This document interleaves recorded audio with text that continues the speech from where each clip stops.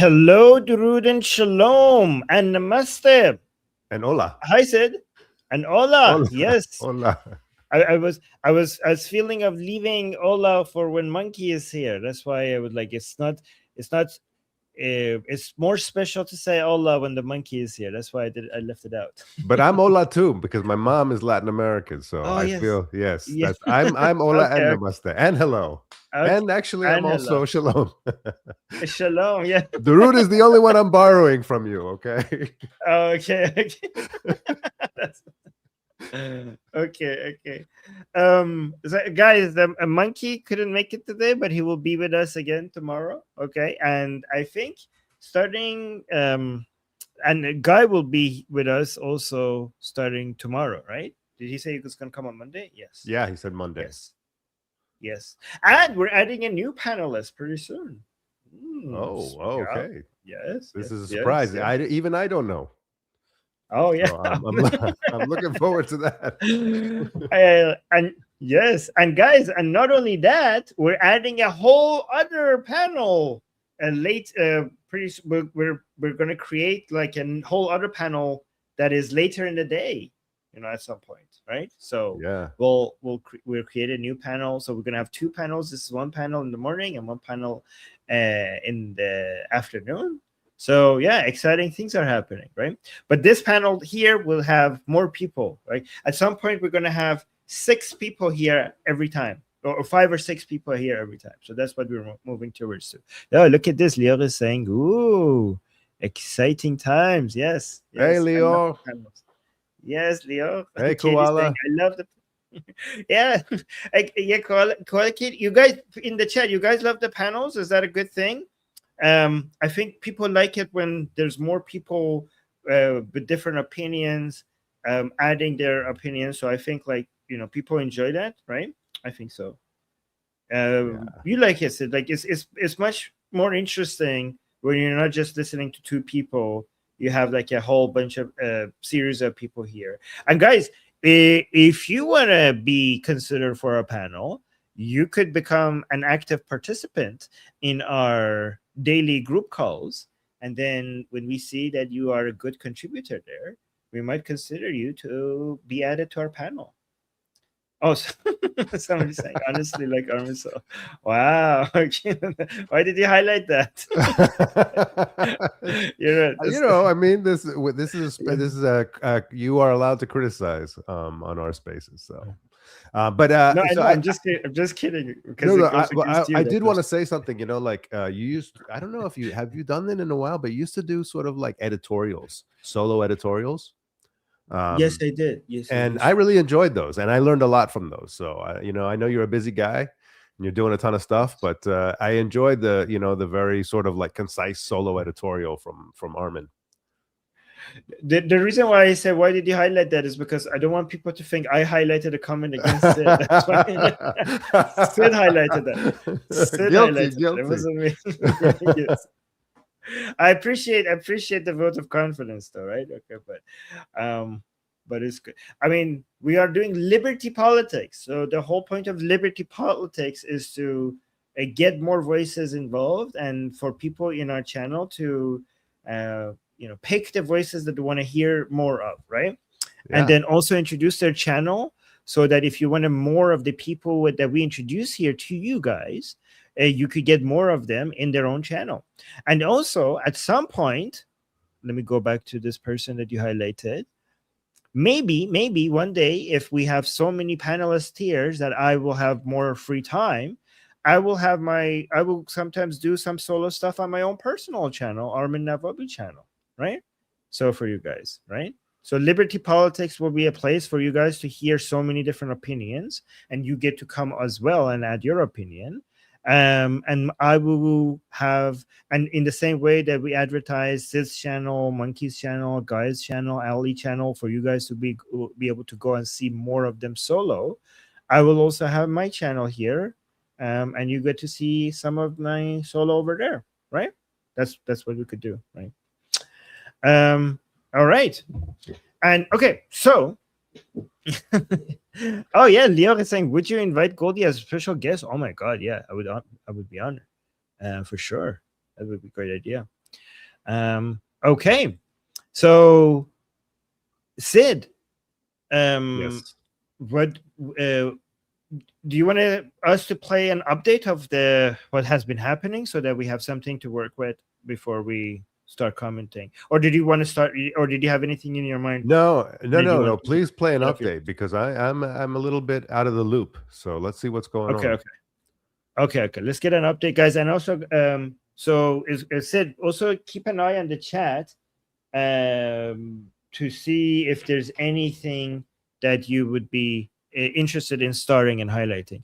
Oh, look at this. MM is saying, yay, Armin, kheli khoshhal shadam. Oh, so you're Iranian, saying, oh, that's great. Solo channel. He's happy that I will have one day. Okay, you know what? I'm now motivated at some point to work on the Armin Navabi channel and do some solo stuff. Okay. All right. So let's play this and then we will add our commentary. Reports indicate that vessels crossing out of the Strait of Hormuz are up 400% over the past 2 weeks. This comes as the United States Navy is overseeing other vessels in the Persian Gulf that have millions of barrels of crude oil on board through a safer passage to the south of the strait.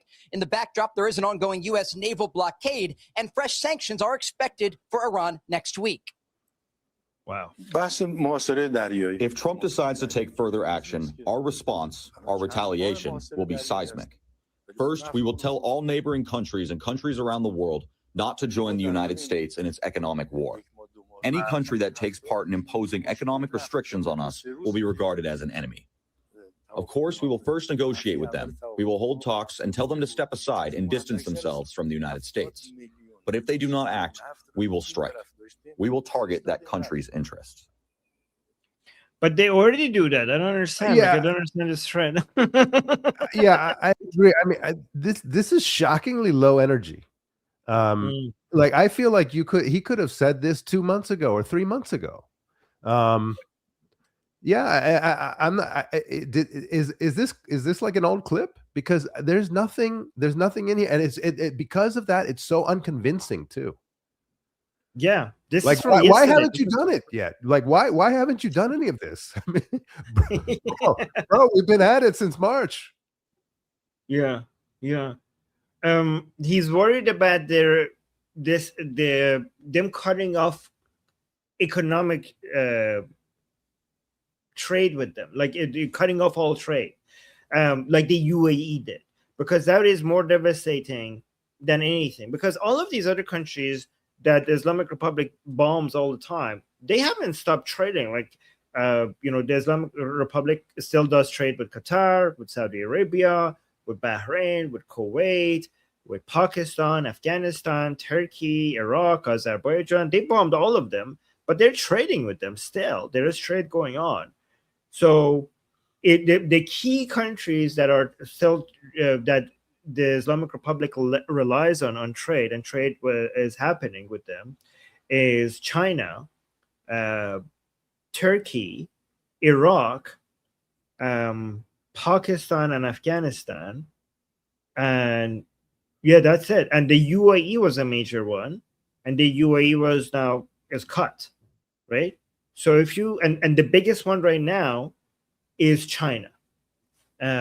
Biggest one is China. So if United States manages to convince China to do two things, either don't trade, and this is all non-oil related, right? Yeah. Non-oil, non-oil and gas. But China is both oil related and non-oil related. And for China, the bigger deal is the buying of oil. And right now, a lot of you wanted to say something? I'll add more details. No. Finish first. Finish first. Okay. It makes more sense.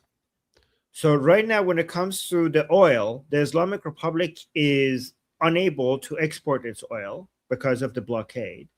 But they already have a whole bunch of millions of barrels of oil sitting on the sea, on open waters, close to Malaysia, close to China, because when the blockade was removed, a lot of oil got out, and it's now sitting there, and that is being sold to China.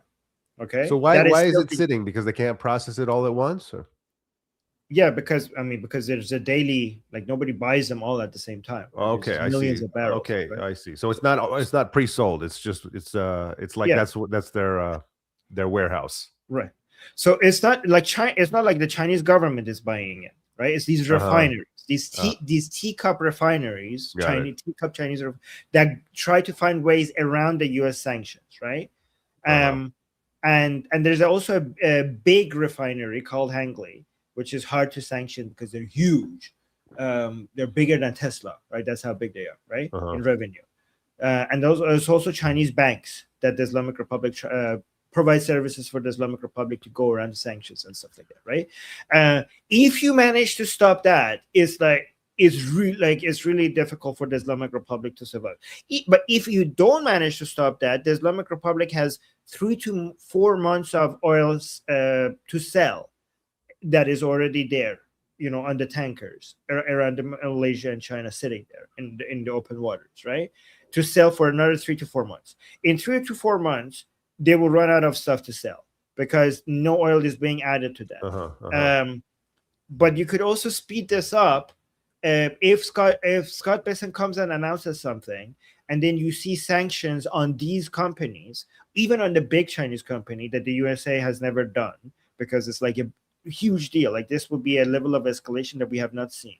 That would be a level of isolation that is unprecedented in history. Like, even economists are saying, like, if that happens, it would be hard to analyze that what would happen, because we're entering uncharted territories. This would be unprecedented in isolation. So we have to see what Scotty B is going to announce, and this is what they're afraid of. This is what he's coming out and saying, like, oh, if countries do that, we will respond to them by first negotiating with them, which is pretty weak, especially for Mohsen Rezai, which is supposed to be the greatest hawk, the greatest, like the one with the most aggressive language against the enemies. So that's weak. It seemed like a very soft language in the threat. But also, if United States manages to do this with Chinese companies and they submit, I don't think the Islamic Republic is going to attack China, right? So that is a hard. I mean, they might attack some Chinese ships, but that would work in our favor if they do that. So what is the process of like, how do the banks assist in skirting the sanctions? So they trade in non-US dollar. They do barter. They do yuan-based exchange. They use non-SWIFT, like basically use financial mechanisms that is not the international mechanism that United States has control over. They find cryptocurrency ways like USDT, other stable coins, to try to get the sale, the revenue, the sale, the oil revenue back to the Islamic Republic.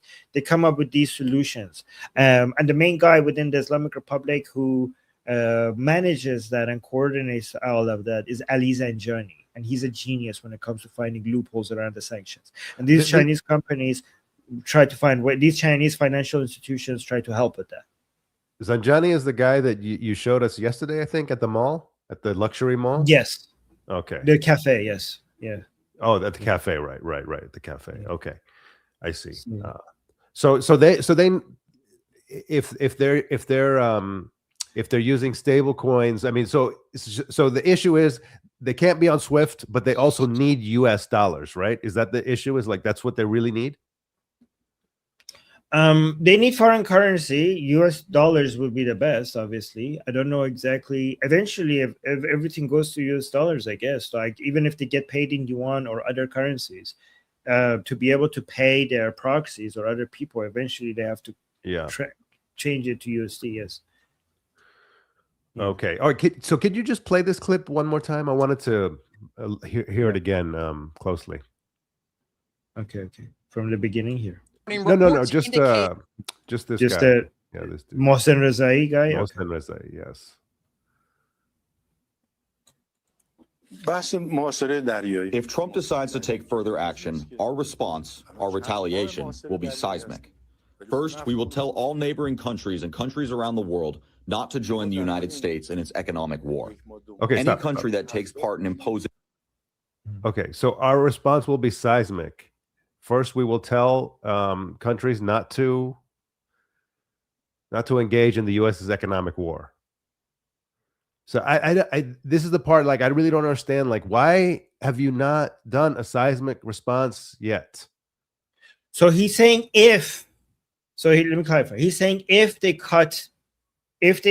do what the United States wants them to do. Yes. So basically, cut trade with them.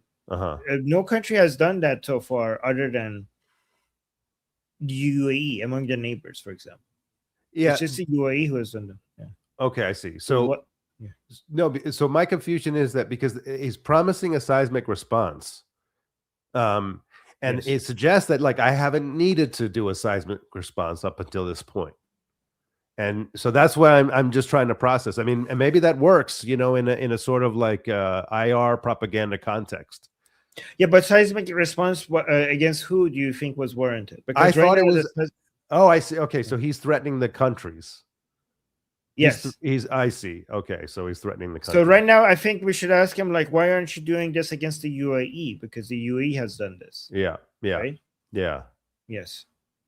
Okay. He's threatening the neighboring. His neighboring countries that are going to cut trade relationship with the Islamic Republic, because I think they have trade relationship with everybody except United States, Israel, and now UAE. Am I missing anybody here?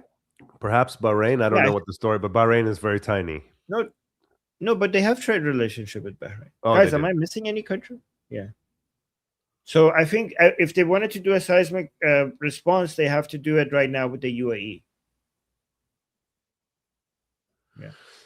Yeah. I don't know. I mean, just the sound of it doesn't sound very convincing. Like I don't feel like they have something else up their sleeve. But maybe I'm wrong. Yes. Yeah. Lior is saying a dying regime has no business making threats. It's true, Lior, but also a dying regime can't do anything but issue threats. There's also that. Yeah. Right. So there's that. Also, we got some super. Oh, first of all, Amir, thank you so much for the membership gift. Thank you, Amir. Always supporting us. Always supporting us. And Kevin also always supporting us. Thank you, Kevin, for the membership. Kevin. And thank you for your service. And Omid gave us a super chat saying, I heard they raided his house and kidnapped his kids. Who? Kidnap his kids? Mohsen Rezai? No, I did not hear. No, I did not hear that. I don't think so. No. Maybe he's talking about somebody else. Well, I mean, maybe. I mean, if you let us know if you're talking about something else. But the Islamic Republic almost executed Mohsen Rezai, right? I didn't know that. Give us the backstory on that. So Mohsen Rezai was almost executed when Khomeini, the first supreme leader of the Islamic Republic, was alive, because he really screwed up in the Iran-Iraq war. I think you told me about this. Yes, I remember now. You were saying that, like, he walked into a trap and he knew it was a trap, and yes. So Saddam laid the trap, the Karbala 4 battle, right? And he figured out that this is a trap that they're walking into, but he didn't stop it. He we already planned it. Let's just go. And they lost, and so many thousands of their troops died. They knowingly walked into a trap, and he almost got executed. Wow. Yes. Wow. So he's a savvy operator then. Yeah. If he survived that. Oh yeah. I don't know why they didn't execute him. Actually, that's something we need to figure out. Yeah. So this is the thing about despotic regimes, is that they often promote incompetence because the leadership feels safer. They feel less threatened by people who are not competent. And this is one of the weaknesses we talk about. Like, people concentrate a lot on the West's weaknesses and vulnerabilities, of which there are. There's no dispute, right? And there are vulnerabilities that come from having an open system. But on the other hand, there are vulnerabilities that come from having a closed system, and this is one of them, right? So that in the end, because leaders are threatened by sort of other authoritative figures, what they do is they often put cronies in charge, cousins and cronies and so on, right? And that it's like these are people not chosen for their skill, but chosen for their loyalty.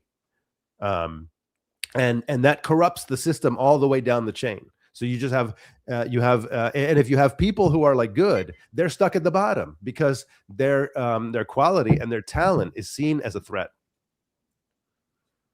Right. Yeah, and also because Omid is pointing out something, is because he's loyal. Because they reward loyalty. They don't reward merit, they reward loyalty. Because they did execute his son. Okay. Oh, wow. His son, yes. So his son joined the MEK, I think. Was it Omid? Was it the MEK? Yes. So his son was joined the MEK. So his son was executed by the Islamic Republic, but he was not executed by the Islamic Republic because as stupid as he is, he's very loyal. So they reward loyalty. Yeah, that's important. Yeah.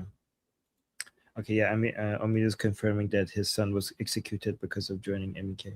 All right. Let's continue the rest of the video. Economic restrictions on us will be regarded as an enemy. Of course, we will first negotiate with them. We will hold talks and tell them to step aside and distance themselves from the United States. But if they do not act, we will strike. We will target. So yeah, so the first thing is that it's not going to be a seismic response first. First, they're going to give them a warning, move away from the United States, or we'll attack you. So maybe that's why they haven't attacked the UAE yet with the seismic response. And then, but then we're going to attack you later. But it's not like they haven't used this tool already, right? They've already struck, pretty much most of their Persian Gulf neighbors, right? Yes, but they haven't done what they say they will one day do, which is heavily hit their infrastructure, right? Like their water desalination plants, the data centers, the American data centers that are there, and the energy infrastructure. So sometimes they hit the energy infrastructure a little bit to just show that we can do this, but they could really go all out on the energy infrastructure if they wanted to, and that would be devastating. So that's what they think they can do.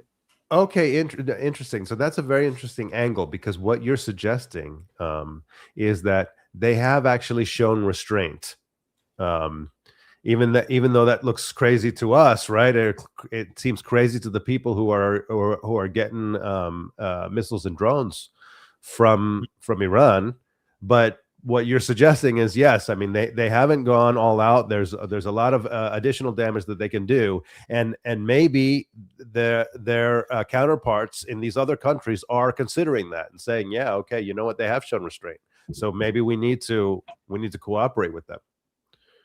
So the reason why they have shown restraint is because everybody else has also shown restraint, right? Because as much as their energy infrastructure is vulnerable, the Islamic Republic's energy infrastructure is also vulnerable. Right. So everybody is holding back and hitting each other's energy infrastructure, because if you start, then the other side is going to start as well, right? So they might be they telling you like, oh, we're going to come hit your energy infrastructure if you do this to us. But the other side's calculation is like, but are you? Because if you do that, then we're going to do that to you, right? Yeah. So it's a kind of game of chicken right now. I see. Yeah. So they have to overpromise and underdeliver on the threats, basically. Yeah. Basically, everybody has not hit the most vulnerable parts of each other, because whoever starts is inviting everybody else to do the same. Interesting. Yes. And I suppose that's true for the U.S. too, right? There's like a lot of things the U.S. could do to escalate. Yeah, that's why the United States hasn't had the power plants yet, right? Yeah. Because, but it's just sitting there. Like, it's so easy. Like, you could just. But if the United States does that, then the Islamic Republic then there's nothing holding the Islamic Republic to go and hit. Actually, I don't know. Yeah, go on. No, I just wanted to ask you. So based on all of this, like looking at the whole playing field, I mean, who do you think benefits more from the status quo? Right now, the United States. The way things are, United States. Because what he's saying now is, it sounds to me like what he's saying is like he's making a case for the status quo. Oh no, he's terrified of what is about to come, right? And he's trying to warn people not to go. Like, the status quo is United States making the isolation tighter and tighter and tighter. Then the noose is getting tighter around their neck, and they're watching themselves die. So he's trying to get out of the status quo. Oh, okay. So to me, the status quo is the direction. So you might say like the noose is not, because to me the status quo is the progression of the tightening of the noose around their neck. Does that make sense? Yeah, makes sense. Okay. And also, even if it doesn't get tighter, the condition that we're in already, they have 3 to 4 months. Yeah. Right. Also, let me show you this video. Actually, in Qatar, they managed to they did this. So look at this. Enormous metal anti-drone domes built to protect fuel tanks in Abu Dhabi. Sorry, this is in UAE. Yeah. The UAE is defending itself against drones from Iran and Yemeni Houthis. Look at this. Let me mute it. Look at this. Yeah. Oh, they built these metal cages around their energy facilities to protect them from drones. This is what they're preparing for. Yeah. And those look impressive. Yeah, it will stop drones. It won't stop missiles. Yeah. The good thing about drones is that they're more precise, but they have a lot less explosive power. The good thing about the missiles are they have a lot more explosive power, but they're much less accurate when they're going to hit. Right. But they're more costly, right? They're more costly to fire. So there is a sort of an economic warfare happening here at the same time. Yes. So wait, we have a couple of questions in the chat. So we should pay attention to the chat. Lior with a question saying, do you think Arakchi Ghalibaf camp is annoyed he's making these threats, or are they united on this approach? This is a very good question, Lior. There's 2 camps right now. The pro-escalation, anti-negotiation camp, the pro-negotiation, anti-escalation camp. Okay. The pro-escalation camp, let's say pro-escalation, pro-negotiation. The pro-escalation camp thinks that the United States is actually not interested in a deal, and they're tricking them with a deal, and this is a trap. And they just want to, and every time they put you in a deal is so that you don't escalate, and they basically keep tightening the noose around your neck. And right when you get to a deal, they increase the conditions for them approving a deal, and they want more and more and more, and it will never be enough for them. And we have to ask, the only way out of this isolation is for us to escalate, right? The pro-negotiation camp in the Islamic Republic believes that they're not going to be able to overcome U.S. power with military escalation, and there's nothing they could do. They should just accept the terms of Americans or die. Like, the only way to survive this is to go back to the negotiating table and accept all of this. Accept what the Americans want, right? So the pro escalation camp is Mohsen Rezai, which is this guy right there. The main figures in the pro escalation camp are Mohsen Rezai, Vahidi, and Abdullahi. These are the main characters in this camp, the main people. The pro-negotiation camp, the main characters in that camp is Ghalibaf, Pezeshkian, Khatami, and Hassan Khomeini right now. So you might ask me, why am I not mentioning Rouhani and Zarif? Rouhani and Zarif have been sidelined for now. But if the tensions doesn't cause results and the economic conditions gets really, really, really worse, then Rouhani and Zarif will also be entered into this game because they will be needed. So Arakchi keeps swinging based on who has the upper hand. So Arakchi doesn't belong in either one of these camps. When he notices that the negotiation camp has the upper hand, he's part of the negotiation camp. When he sees that the escalation camp has the upper hand, he switches to the escalation camp. So Araghchi is like a keep swinging between them. So, it sounds like what you're describing, Armin, is a kind of a political realignment internally. So I didn't hear you mention Paidari. So Paidari is like as a unit, projecting influence. Is that like not really a thing anymore? The Paidari camp. Paidari is a camp of people. Right? The Paidari camp. They don't have big players, big decision makers within the regime. The most powerful person that they have is Jalili as a member of the National Security Council. And he's not that powerful because they don't control that much money and they don't control that much military power. They have mostly soft power, meaning that people within and the pro-regime people within the streets and many people who are fighting within the IRGC see eye to eye with them. But they don't control a lot of wealth and a lot of guns. I see. So they don't. So, but do they still have kind of street level influence? Yes, they have a lot of street level influence, but that's all they have. But their street level influence would be much more in the escalation camp, right? Towards the escalation. Very much so, fully escalation camp. So maybe there is a kind of a political integration. Between, I think you'd kind of described it as a IRGC as one pole, and the Paidari camp as another pole, and the reformers as another pole. And now it seems like maybe there's more of a consolidation between this IRGC and the Paidari ideological camp. Yeah, that's always the case. Like the Paidari camp people always show that they have full support for IRGC. Yes, for sure.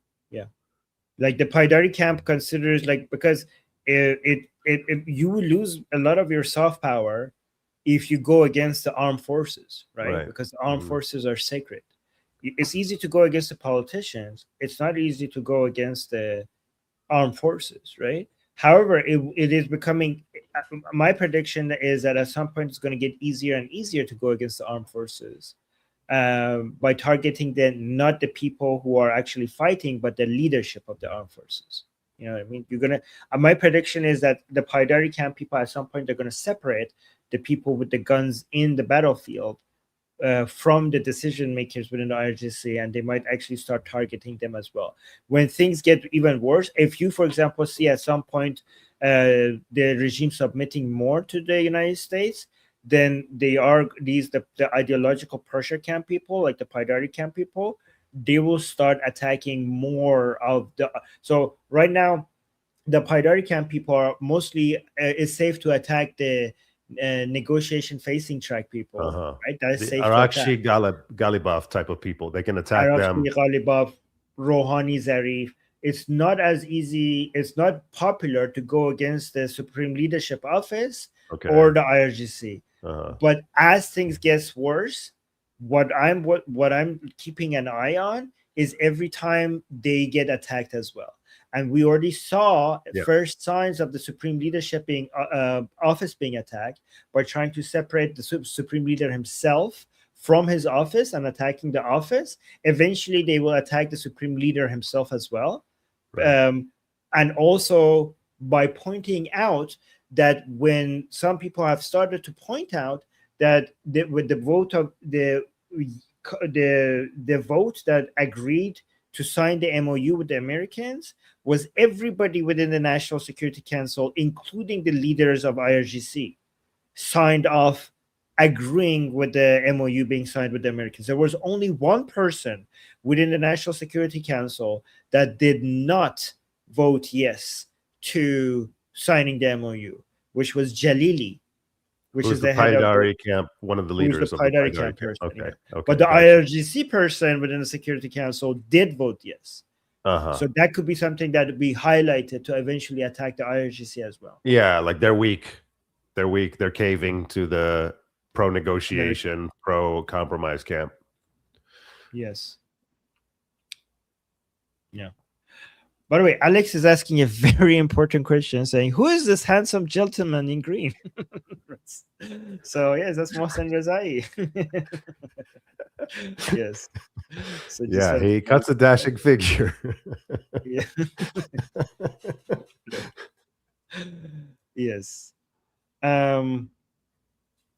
Okay. Well, so, Sid, why are you starting comments that goes against you? I don't understand. Well, I don't know. I just saw them, so and they're not all against me. So, but there are a Okay. few. So, so somebody's saying yes, Army solo is best, or with Ali. That's great too, guys. Put some. Thank you for that. I can appreciate that. But guys, can you also put some appreciation for Sid in the chat so Sid could see that some people actually want his contribution? Because I love Sid. I love his contribution. But like, tell Sid in the comments that. Oh, there we go. Here you highlight saying I like Sid's views and input, but I don't know him. Have not seen my introduction. Oh, do you want to tell them? Well, okay. So, I mean, okay, why? I think the main reason why I'm here is because I have been. I joined the school discussion group, and I think that people appreciated my contribution there. I'm very interested in politics. I should also add that I've been married to an Israeli for 25 years. And because of that, I've been very interested in Middle Eastern politics in particular, and understanding the conflict from the perspective of Israel. And so, yeah, I mean, I don't really have a special background in this regard. I'm just a very deeply interested person, and I like to learn and I like to discuss this stuff. So, consider that when you hear me speaking. I'm not coming from the area from the perspective of a scholar or an expert, but I love this stuff. I love this community, and I become very invested also in the Iranian national movement. And I'm an American patriot. And so, yeah, I have a lot to say on these kind of things, but it's not necessarily from a expert perspective. Well, the reason why we asked Sid to join our panel is because every time he opened his mic in our group calls, people were like, "Wow, that's great!" So we were like, people were appreciating his input so much, and we were like, "Okay, we need more of Sid." So, and see, like people are saying, yeah, great addition." Samantha is saying, "We love you, Sid." Thank you, And thank you. Sister T242 is saying, "Respect Sid." Sid, you're great. And then Sarah is saying, I think Sid does an excellent job. I love hearing what he had to say in school before. Yeah, exactly. More appreciation for Sid. China saying Sid is great. Love his input. And we got a super chat from Sayed as well saying Sid is great. Wow. There you go. Thank you, Sayed. See? Yeah, thank you, everybody. So I would just say, like, so one is I really appreciate that. I mean, and I do feel very welcome in this community. And I'm glad that people want to hear what I have to say, because I want to share it, but also feel free to criticize, and I want to hear I want to hear that as well, and yeah, so don't hold back, and I also like to listen to Armin without me, right? So I like that also. It's also a good experience, and I learn a lot from that too. Well, I like to listen to Sid without me. So there we go. The feeling is mutual. And then, okay, so you highlighted this one. Sid is great, new addition. Let's get him to monetization. Yes, we will. He will have his channel ready for us to advertise here. Hit the like button, Armin. Give us some background. Oh yeah, yeah. I think he said that. So I think that I forgot to mention that. So I thought these kind of questions are really stemming from that, like, who the hell is this guy? And I think that's a fair question. So I think for a lot of people who are tuning in, who because I think I just joined maybe about a week ago, and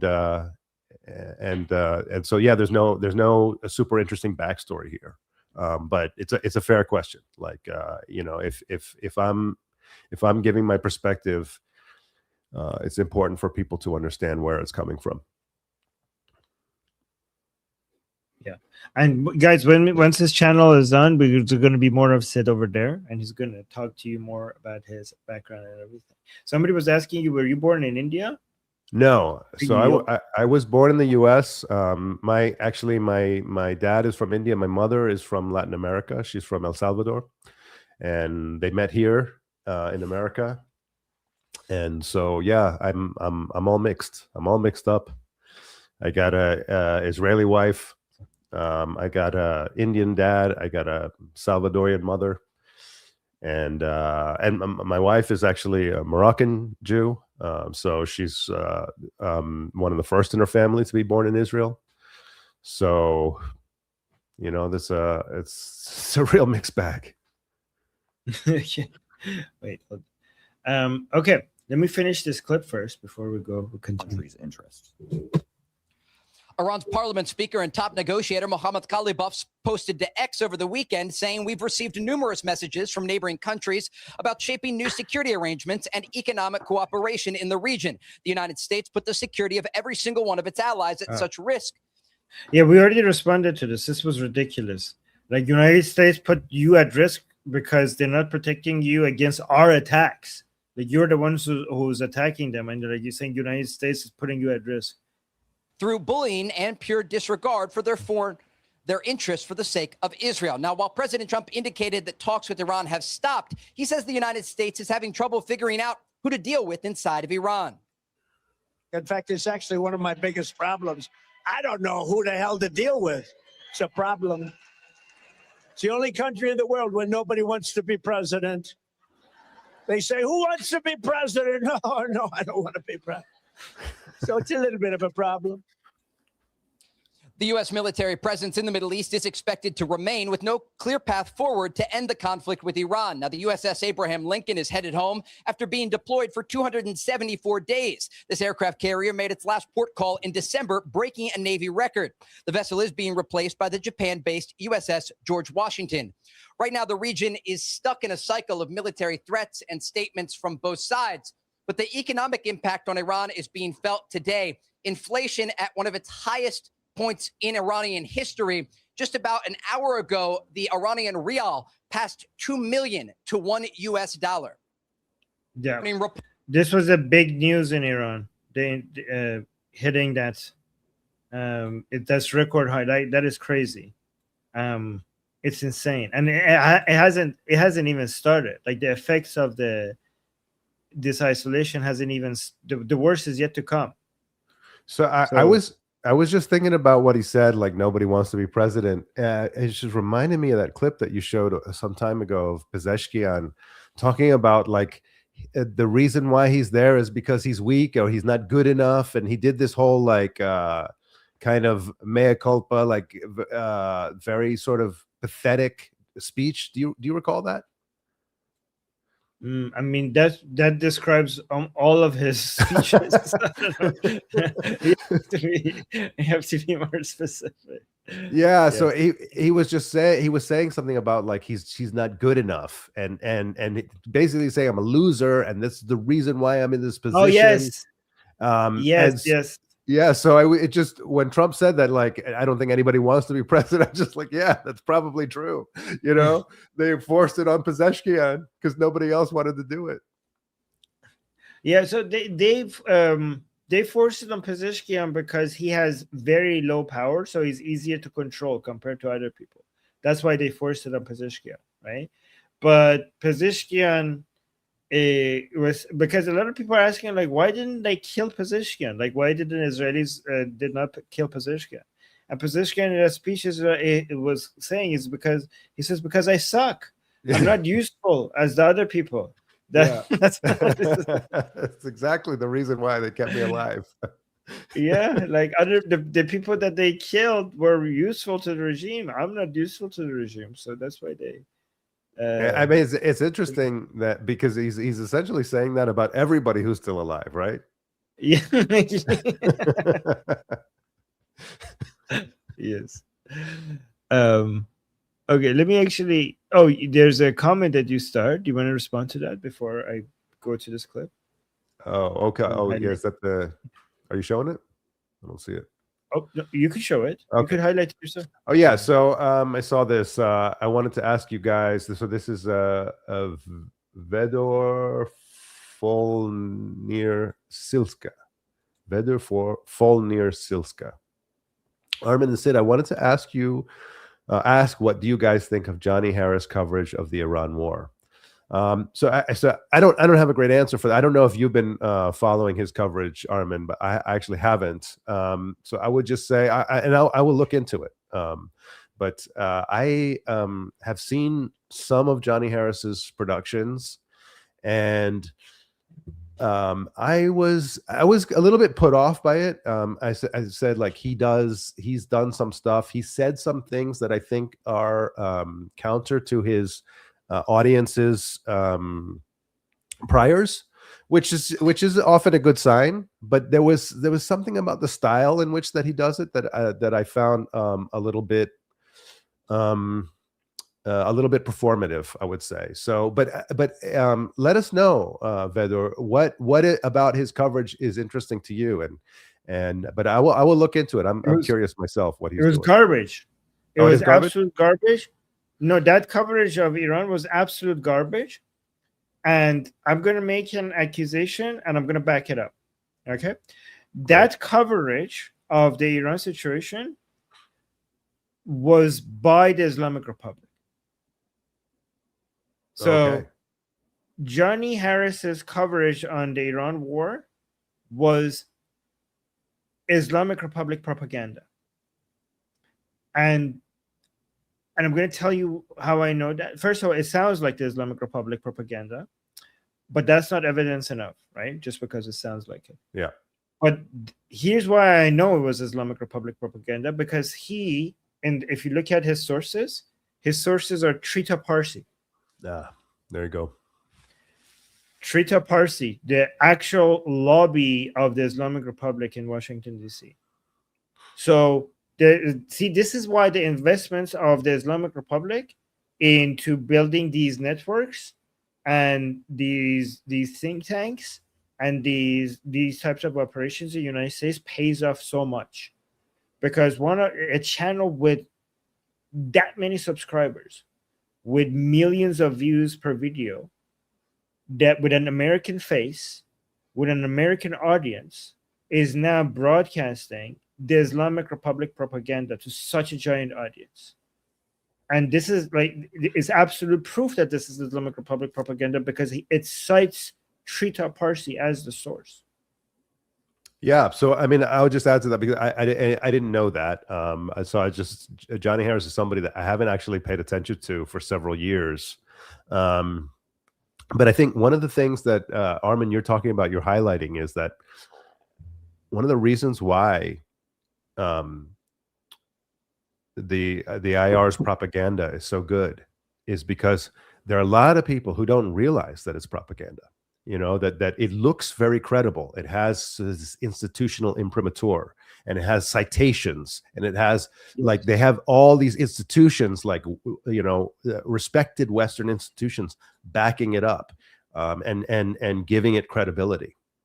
So it seems like the sort of like reasoned, sensible perspective of the sort of like international relations intelligentsia. But it is cooked up in Tehran specifically to advance their own cause. Right. Yes. Does that answer your question? Let us know, Vidur. And we got another super chat by Comrade Shifty saying, "Do Islamic Republic presidency comes with a burial shovel as part of the job?" It should. It really should. I think that should be for the supreme leadership. I don't know if the presidency is that much at risk. Depends on, but that's a good one. So I think Pezeshkian is saving himself by his own incompetence. Yes. Yeah, true. That's a good one. That's a good question. And thank you, Comrade. I mean, it's actually, if you think about it, it's extremely competent, you know, from a survival perspective, you know? Yeah, that's true. You know, Pezeshkian is actually one of the people from the regime that I think is actually stupid. Like, I think most of the people within the regime look like they're being stupid because they're appealing to stupid people, right? Yes. They have to use regime logic. Yes, but I think Pezeshkian is actually clueless. But And it that's sounds why like he's also self-aware. Yes, I He think knows that he's he clueless, knows and he knows that he's yeah, stupid. yeah. It's Yes, complex. actually, I have a video of him. I'm gonna play after this guy. But okay, so you know who this guy is? This guy is Hassan Khomeini, right? So let me see. Oh, so is this Khomeini's son? Yes, Okay, all right. actually, grandson, not son. Grandson. Okay. Yes. I heard something So- about that he is a player. He's one of the possible future supreme leader candidates. Is that true? I think that's Ali Khomeini, maybe more than Hassan Khomeini. Okay, I see. So Ali Khomeini, I think, has a better chance for supreme leadership than another grandson, or is it a son of a grandson? He's younger. Great grandson. This great grandson, I think. Ali Oh, Khomeini. okay. This Hassan Khomeini is too much of a reformist to become. Oh, okay. He's a softie. The jihadis hate him. Like, They really hate him. Like they really, really, really hate him. Right. Let me actually see what he says over here. Yeah, I mean, you also heard me talk about him just a few minutes ago, right? Because I was mentioning the main figures right now that are being used to push for negotiations are Ghalibaf, Pezeshkian, Khatami, and Hassan Khomeini. Okay. So he's entering the game more and more. So let me see what he says here. Okay, you know what? This is not translated, so I'll just read I don't want to bore you guys with listening to this mullah. So he was saying the clear conquest is not tied to battles, but to the peace treaty. That's what his main message is, right? So he's trying to advocate for, yes. So he's like, we could do conquest by peace treaties, right? So in a meeting with Iranian Foreign Minister Hassan Khomeini, grandson of Iran's founding supreme leader, is urging the IRGC to step down and support a deal with the United States. By referencing Islamic history in the Hudaybiyah peace deal, he frames diplomatic compromise not as a defeat, but as a strategic victory, urging a shift by the regime towards diplomacy over greater jihad. So he's referring to a peace deal that Prophet of Islam, made with the Quraysh tribe, and which is his tribe, right? Actually his tribe. Yeah, well, yeah, but like they were against us. Like he was right. No, he's coming back to Mecca from Medina. Yes. Okay, but he's originally Qurayshi, but then he's a part of. Yeah, his clan is part of the Qurayshi tribe, but the rest of the Qurayshi tribe went against his clan. Yeah. Right? Okay. So, but the main point is that he was in the city of Medina. The people in the city of Mecca he was fighting against them, right? Yeah. And then, but he made a peace agreement with them, and they stopped fighting. And then just a short while after, he raised an army, and then he came and invaded Mecca and took over Mecca anyways, right?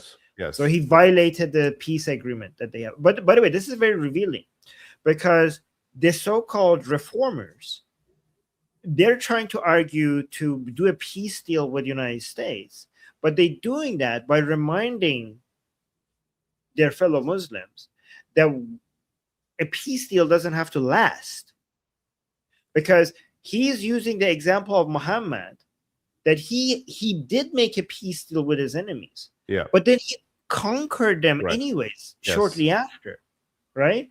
So he's saying that if we do a peace deal, it doesn't mean that the war is over. Right. It just means that we are delaying the conquering of them. Yes. And this is important for the Americans to see. I mean, the caption by Channel 14 is not doing this justice, because the caption from Channel 14 is showing that, oh, this guy wants peace instead of war. But his method of argumentation is an example of Muhammad showing that a peace deal doesn't mean that we have surrendered. A peace deal doesn't mean that we're not going to do conquering. A peace deal doesn't mean that we're weak. A peace deal might sometimes be a good idea for us to conquer later. So by using the example of Muhammad, it shows that they want to conquer America eventually, but now it's not a time. Yes. That's what this caption doesn't capture. And if you actually listen to this video and his example, he mentions it. Like because I listened to this right before for the Persian channel, he mentioned that like just a few months after, Muhammad conquered Mecca anyways. Yeah. So I want to say that, I mean, a couple things on this. Like, so one is that that the Quran has sometimes been described as a sort of like a battle manual or a war manual. And is for reasons like this, right? So I also would say that I think that he's right, in the sense that I think that there is an opportunity for a diplomacy, a kind of a temporary diplomacy, in which to sort of like cool things off and gather strength. So it is an avenue open, and I just don't know if there is enough internal support, and largely because of their own propaganda. So somebody made a comment I wanted to show. Yeah, Arafat called Oslo Hudayba. And this is what I remember too. Like, actually, Arafat was going around trying to sell Oslo as Hudayba, and nobody was buying. So basically, it was like, hey, look, like we're gonna do Oslo, then we're gonna have the high ground, and from there we're gonna be in a much stronger position. High ground meaning the West Bank, right? So we're gonna gain strategic position from this peace deal. So basically, Arafat was trying to sell it to other Arab leaders and the Arab community, and saying like, look, this is a strategic victory for us. So even though like the headlines and everything is going to say like, okay, we are building a lasting peace, and 2 states for 2 people and so on, this is just temporary, and our goal is to take Israel, and we will be in a stronger position post Oslo to do that. And there was just not enough buy-in. And so now we have Khomeini's this is grandson, Yes, essentially saying the same thing, trying to sell it, and using kind of proven Quranic tactics, right, to make the case. And I don't think that he will get buy-in. This is in a sense their own tragedy. Yes. So the Treaty of Hodeiba in 628 CE was a 10-year peace pact between Muhammad and the Quraysh in Mecca. While it seemingly was unfavorable to Muslims initially, it strategically set up the conquest of Mecca just 2 years later. It legitimized the Muslim state. Mecca officially recognized Muhammad's authority as an equal political power, ending their campaign to destroy Medina. Then there was a massive growth in followers. The ceasefire allowed Muslims to preach and travel safely.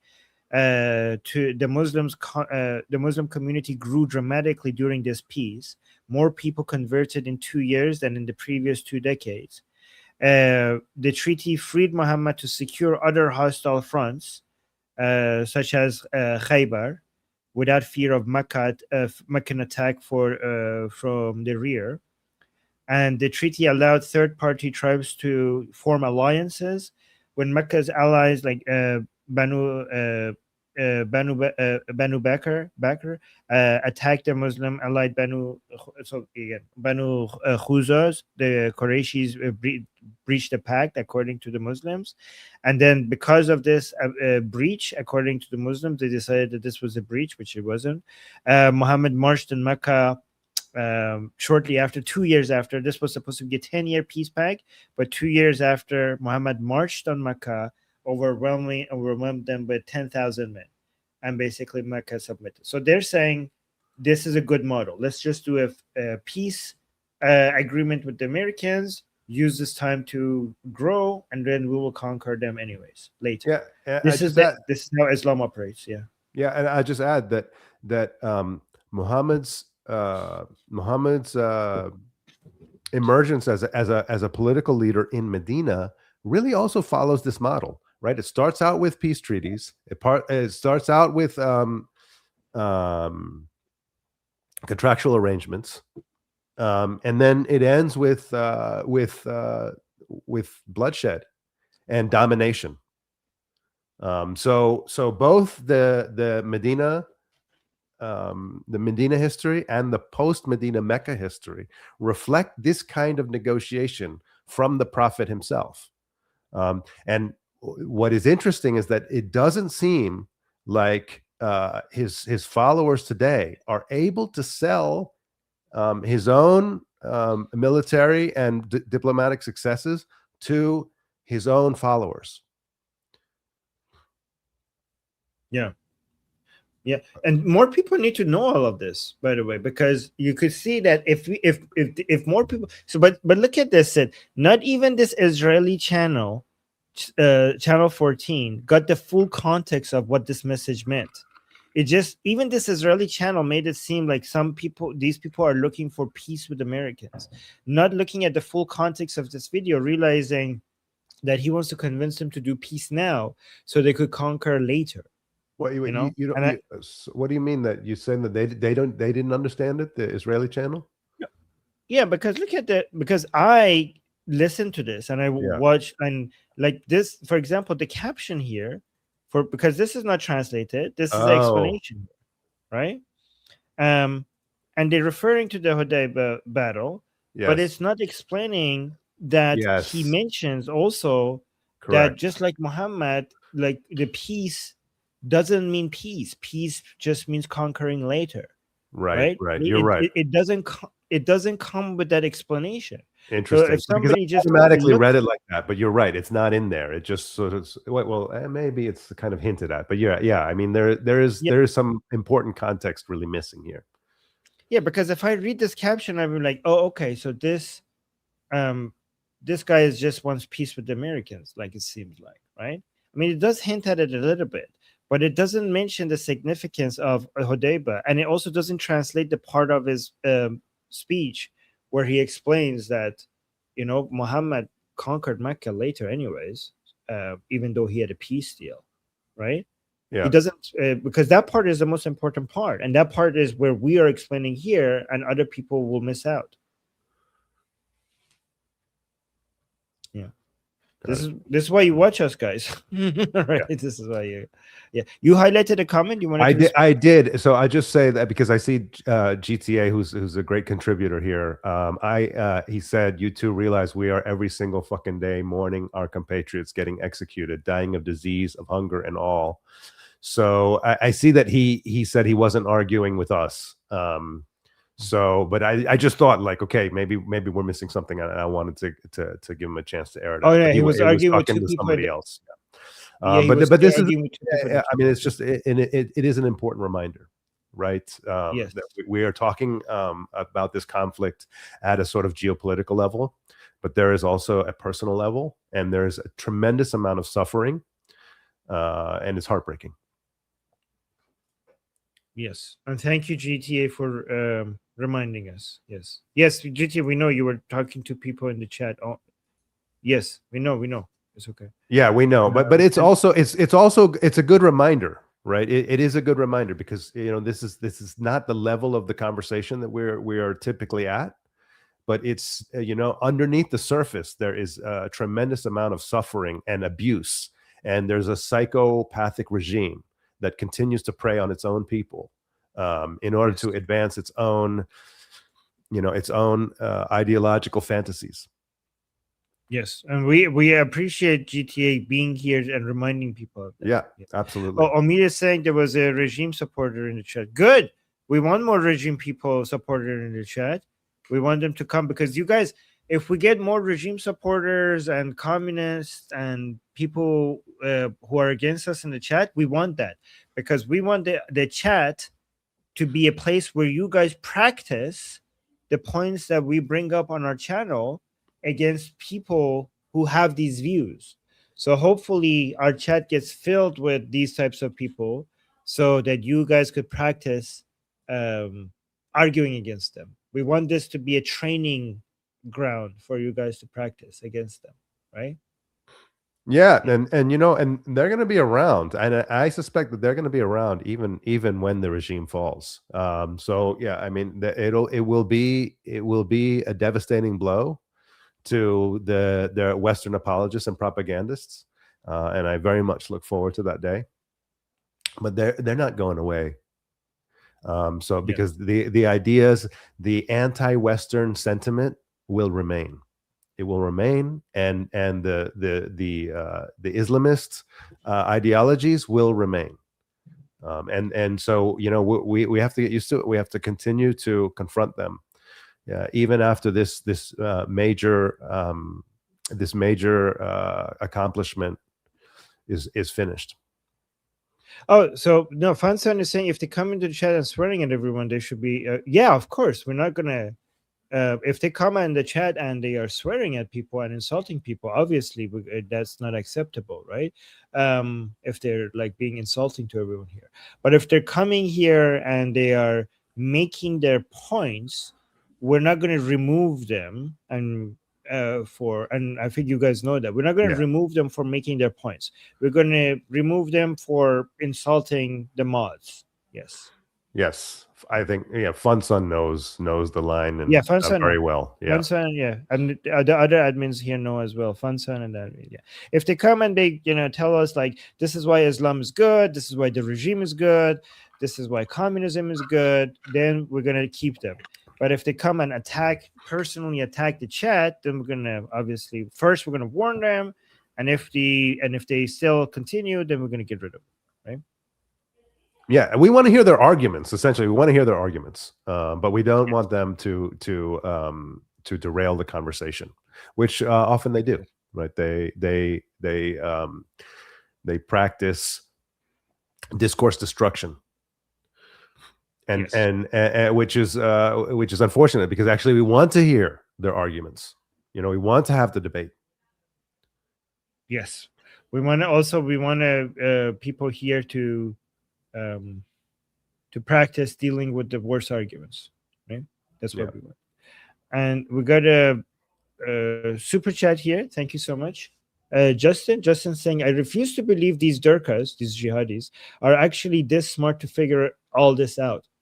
I think once it's all over, we're going to discover how much China and possibly even US Democrats were giving instructions. I think, based on what I've seen, you here's the thing, Justin. I think you shouldn't underestimate your enemy. Based on everything I've seen, a lot of these people know what they're doing. They're taking advantage of stupid, but they know what they're doing. There's a reason why they survived this long. I just want to say, like, if you underestimate your enemy, then that would be to our detriment. What do you think, Sid?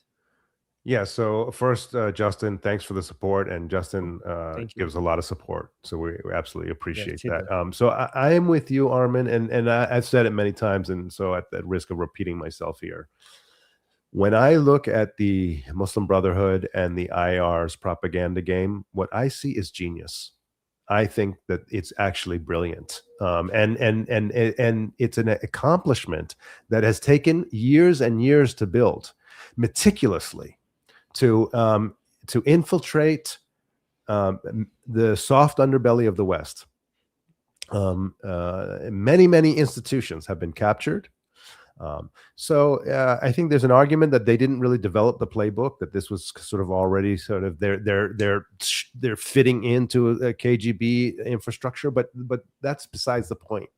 They are extremely good at controlling the narrative and shaping the narrative, using their propaganda arms, and I think it's really sophisticated. I think we have to acknowledge that's its accomplishment, and we have to think about it from the standpoint that it took decades to build, and we have to start dismantling it step by step. It's not going to be overnight. So the worst thing that we can do is underestimate them. Right? That's the worst thing that we can do, because in this domain, they are extremely good, extremely savvy. And so yeah, we we have to start thinking about this from the standpoint of what are we going to do over the next decade and 2 decades to dismantle their influence. But it's a great discussion. Thank you, Justin. Yes, and Justin with a follow-up super chat saying, no, I'm not underestimating our enemy. I'm just attributing their tactics to the correct enemy, or at least what I think the real enemy is. A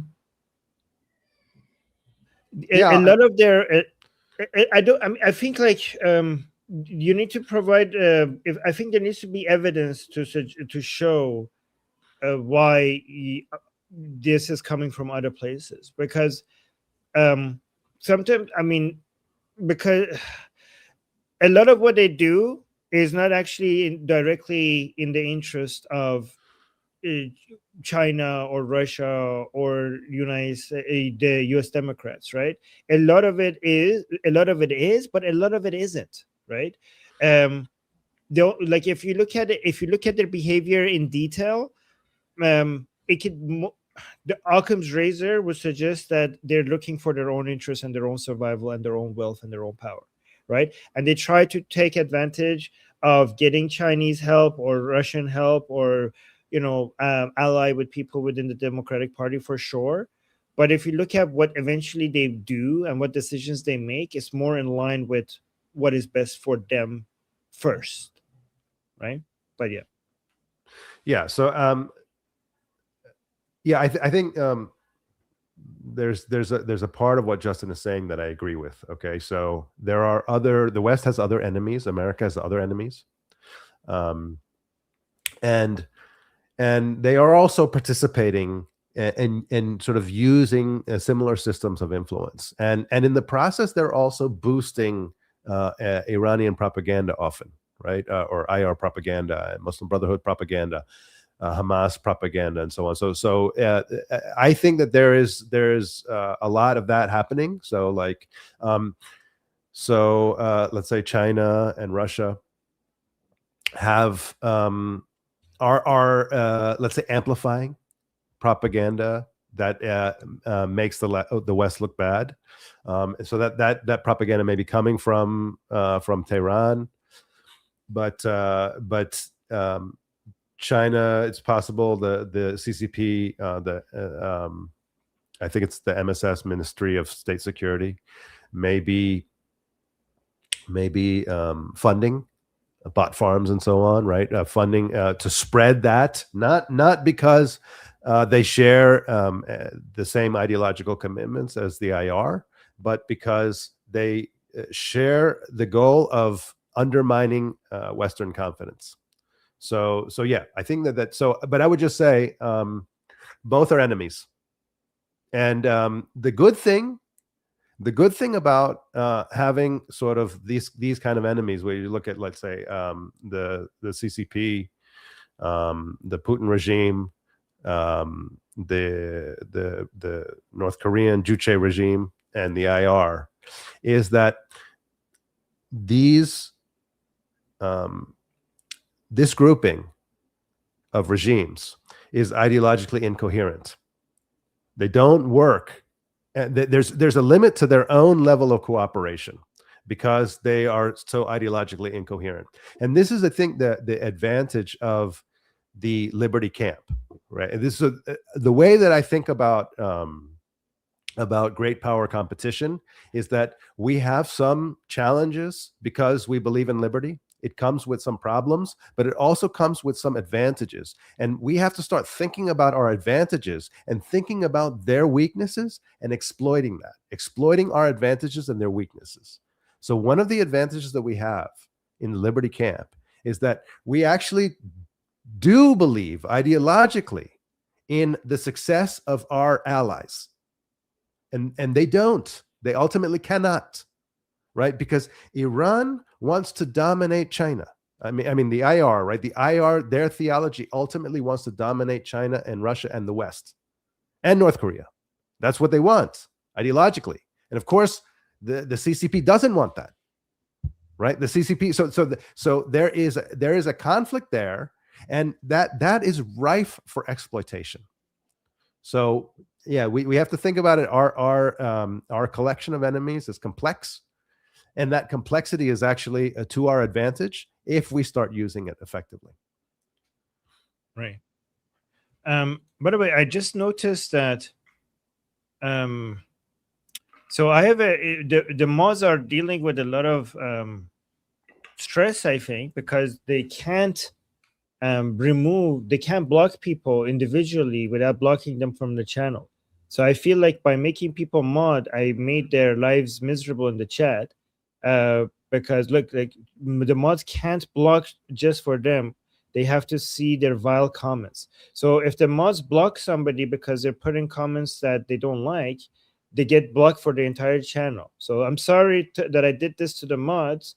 Guys, if anybody who is a mod who wants to be, because we here on this channel, we want to allow these comments to be here, because on Liberty Politics, we want to basically promote the liberty for people to come share even their worst ideas. If you want me to remove you from being a mod, so you could personally decide to block people, without blocking them for the channel, let me know, because I've caught, like, for example, I know Amir hates a lot of people here and he can't block them because I've decided that I want them to be in the chat. So if you are a mod and you want to be able to block people individually because you don't want to see their comments, let me know if you want me to remove you as a mod so you could do that. And I'm sorry that I did this to you guys, to the mods here. Thanks to the mods. Yeah, thank you to the mods. Any mods, if you want me to remove you as a mod, tell me so that you could block people. Or let me know. Okay. Poor mods. Thank you guys. They're getting the fire hose. They're getting the fire hose of. They're like, Armin, I don't want to see this. I'm like, no, let them be here. We want to be there. Like, but I can't even block them myself. I'm forced to see it. Okay, like if you really want me to remove you as a mod, yeah, Amir is saying I'll consider it. Okay, Amir, I know you have to deal with a lot of stuff that you don't want to see and you can't even block them. Let me know if I could remove you as a mod so you could block the people you don't want to see. Sorry. Yeah, you guys are working so hard, and so let me know. I can remove you as a mod. Tell me, okay? Oh my god, what am I doing to people? Sorry, guys. Oh, you start this comment, Sid? Oh yeah, so I think somebody was asking if I'm American. Yes, I just wanted to clear that up. I am absolutely. I was born and raised in America. Yes. Okay, so let me go. Okay, did you see this video? I don't know if you saw this. This is in Iran, the Islamic Republic. YouTube, this is not a real execution. These are, what are these called? This is supposed to be Trump and Netanyahu. This is okay. So it's a mock execution. Yeah, so the Islamic Republic puts on a show for their followers in Tehran by hanging dolls that depict President Trump and Netanyahu. Is this the action of a legitimate government or a terrorist mafia organization? What the fuck is it you have been legitimizing for the past 47 years, people? So let me just play this. So this is not real YouTube, okay? Nobody's being executed here.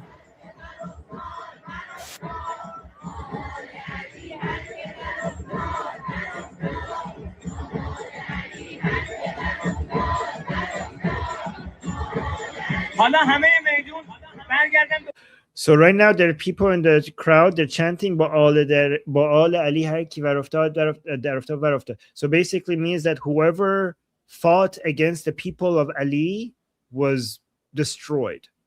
So anybody, like historically, they're claiming that historically, anybody who challenged the people of Ali was eventually destroyed. That's what they're chanting. So he's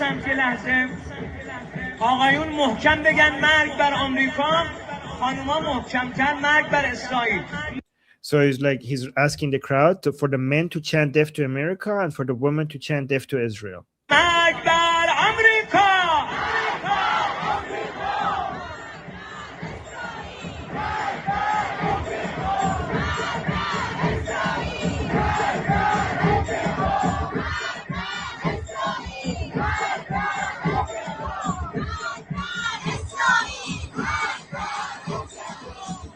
So you see the men are saying Magbar America, the women are saying Magbar Israel.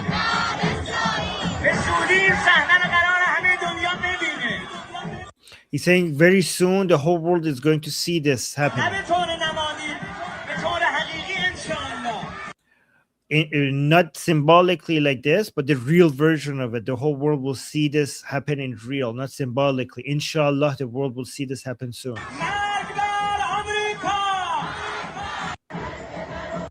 So this is what they're really. So these street protests have gone on for like hundreds of days, and it's still going every single night until now, and they're getting more and more creative every single day. Well, so this is interesting, Armin. So, I think it's I don't know if it was yesterday or recently you showed video inside a shrine where there were enforcers telling people that they couldn't hold signs saying like revenge or avenge the death of the supreme leader. Yes. And then here we have this sort of this kind of display, which is a lot more aggressive and performative than those signs. So, I mean, this suggests to me more of a sort of breakdown in public order. Yeah. Right. So there's a real incoherence going on here. Like we saw the dancing girls with the music on the street, and then people are saying like, what's going on? You are allowing the girls to dance and show their hair. And at the same time, you're clamping down on people with signs that are, asking for the vengeance for the supreme leader. And then, and then here you have this goofy street performance. I mean, to me, I look at this and this looks sad to me, right? I mean, this is a consolation prize for people who cannot actually achieve any military success, right? So they have to do these stupid street performances. This is not intimidating at all. It looks pathetic, but at the same time, I think that it's showing some sort of a breakdown in the social order. Right, the things that we're seeing, also the scenes from the luxury mall. Right, there's so it's very confusing. It's very confusing, and it indicates disorder. Yeah, yeah. I mean, that's the best way to explain it because there's so many different camps doing so many different things, right? And it's not consistent. It's not consistent. It doesn't seem like there's no main person in charge. Yeah. Right? Like there's no central authority. Yeah. Yeah. What behavior is okay and what behavior is verboten? It is very unclear. It really is absolutely so unclear to gather that. What is the appropriate behavior and what is stigmatized behavior? I have no idea based on the clips that we're seeing. Yeah. There's a comment that you starred. Do you want to respond to that while I go to the washroom? I'll be right back. Okay. The comment that you said. Yeah, let me see. Okay, so this is from Sam. Sid, did you see the commies say the exact same thing about capitalists not wanting strong allies? Okay, did they say that? Yeah, so I don't know, Samantha. They probably did say that, but my own reading of history is really the opposite. So I think we have to separate maybe the geopolitical sphere. What have I done? What have I put in front of my screen there? I don't know what's going. Oh, that's Armin. Okay, we have to separate the geopolitical sphere or the military sphere from the economic sphere. So we could just look at the Soviet bloc and the American sphere of influence after World War II, and what happened is that the countries under the American sphere of influence, such as West Germany, France, Japan, South Korea, these countries became quite peaceful and prosperous. So there is a case to be made. Taiwan is also another example, right? Exceptionally prosperous place. So these countries are extremely wealthy. whereas in the Soviet bloc, there was a lot less economic development, despite what they promised, and so while you can say that in both the Soviet case and the American case, there was intentional undermining of military power and military authority within their own camps to preserve their own dominance and their own hegemony. You cannot say that in the economic sphere. In the economic sphere, it's super clear that the American sphere did much better, vastly better. If you just look at North and South Korea and where they were at the end of the war, South Korea was deeply impoverished, and there was hunger. And now it's one of the richest countries in the world. And also, I should add that, I mean, it has a very strong military. So North Korea does as well, but North Korea doesn't have anywhere near the economic capability. What I would say, Samantha, is I don't dispute that communists have said that. They probably have. I just don't think that the evidence really bears that out.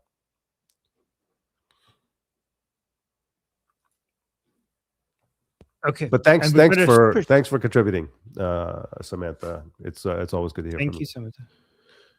We got Sayed with a super chat saying, "This is the cult of death. Celebrate and chanting it." Yes, it's Absolutely. I mean, Islam as a whole is a cult of death, because I mean, if you read the Quran, it's unmistakable that the religion, like it doesn't even shy away from it. Like, I think a lot of people think that because I'm anti-Islam, I might be exaggerating this when I say Islam's a cult of death. And I know a lot of people, I am saying this objectively. Like, I'm not trying to say this as a way to be like, yeah, fuck Islam. I'm saying Islam is a cult of death. Like, in a very objective, not emotional way. I do have a lot of negative emotions towards Islam. But even if I want to put all of that aside and just calm down and look at it objectively, if you read the Quran, it makes it very clear that this life is useless, and you should be trying to die. Like, you should be becoming a martyr, and you should be investing everything for the afterlife. Right? So it's a cult of death. But it's Muslims themselves that say that we love death more than you love life. So this is, as much as I sometimes love to go aggressive mode against Islam and, emotionally like express how vile this religion is, I think like even if you move away from all of that and just look at it calmly and logically and objectively, it is self-admittedly a cult of death. Does that make sense, Sid? Yes. So yes, I mean, thanks, Sayed, for your support. So I think that so basically, I mean, I agree with Sayed, and you agree with Sayed. So we're all in agreement here. What I will say is that it is possible that a Muslim might look at this and say, "Hey, cult is pejorative. Cult is a pejorative, right? So let's take cult out of it." But what Armin is saying, okay, so I mean, let's dispute it. I'm not saying that Sayed is wrong. I'm just saying that I can see that part of it, there being an actual good faith objection, right, from a Muslim. But the celebration of death and the chanting of death is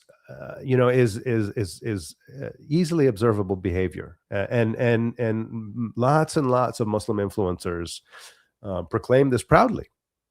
They proclaim it proudly that they celebrate death, and they celebrate martyrdom.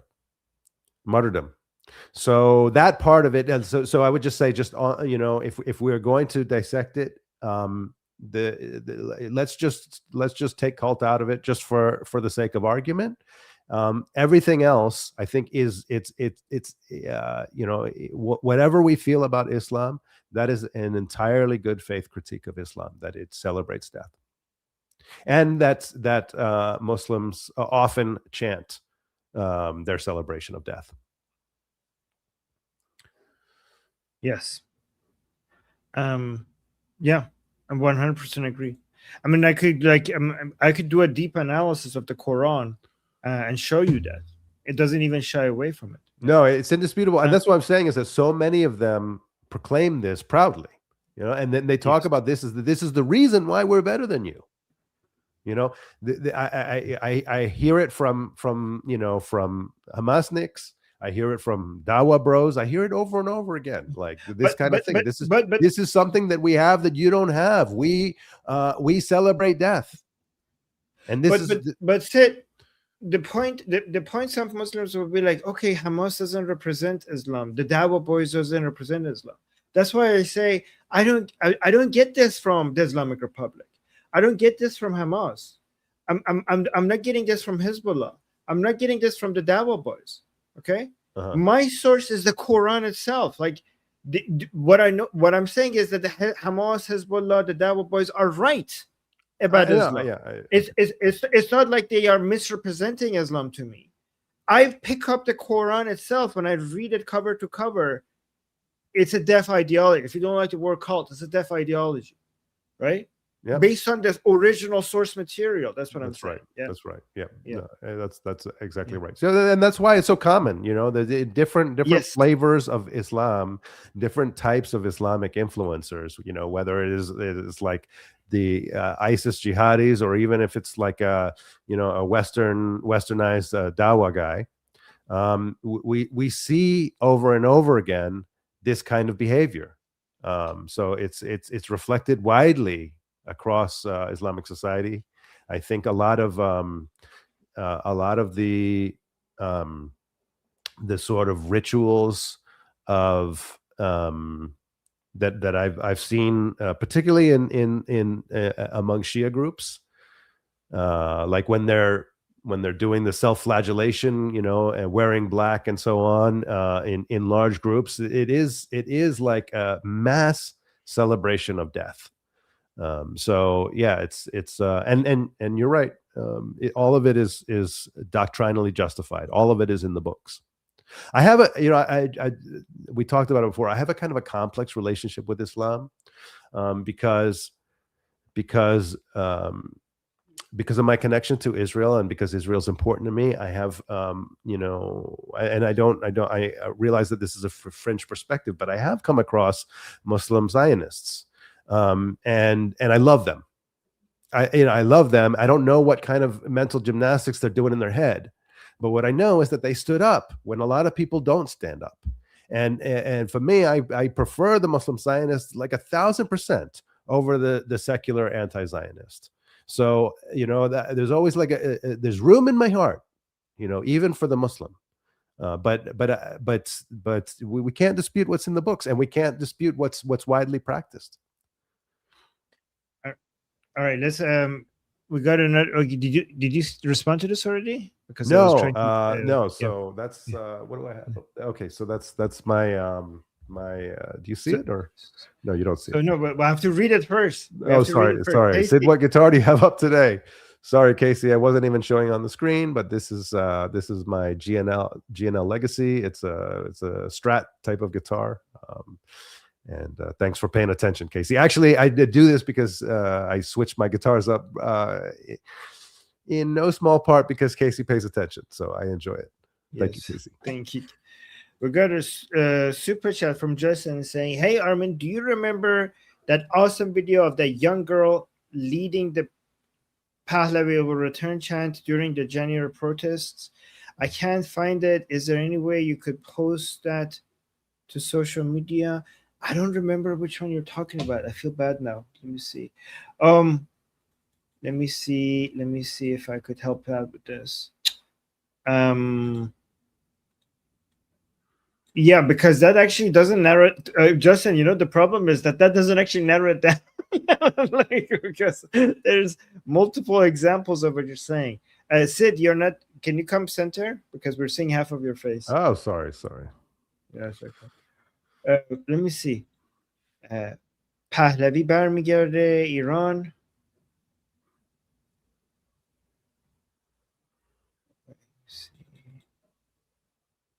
No, I can't find it. I'm sorry, Justin. I feel bad that I can't find it. So You've shown so many clips. It's hard. I also have a clip that I think about often. if I ever come across it, Justin, I will save it for you. If I ever come across it. Sorry, I don't have it.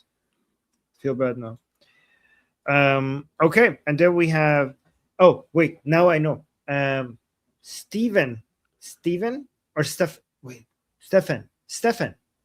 It's like Stephen but with an F. So Stephen. I don't know. Stefan, yeah. So I think, I mean, this is like, can sometimes be an alternate spelling of Stephen. So I know people who spell their name like this and call themselves Stephen, and I also know people who call themselves Stefan and Steph. So yeah, we could call. We're just going to call you Stefan Webb until you correct us, Stefan. Or Stephen.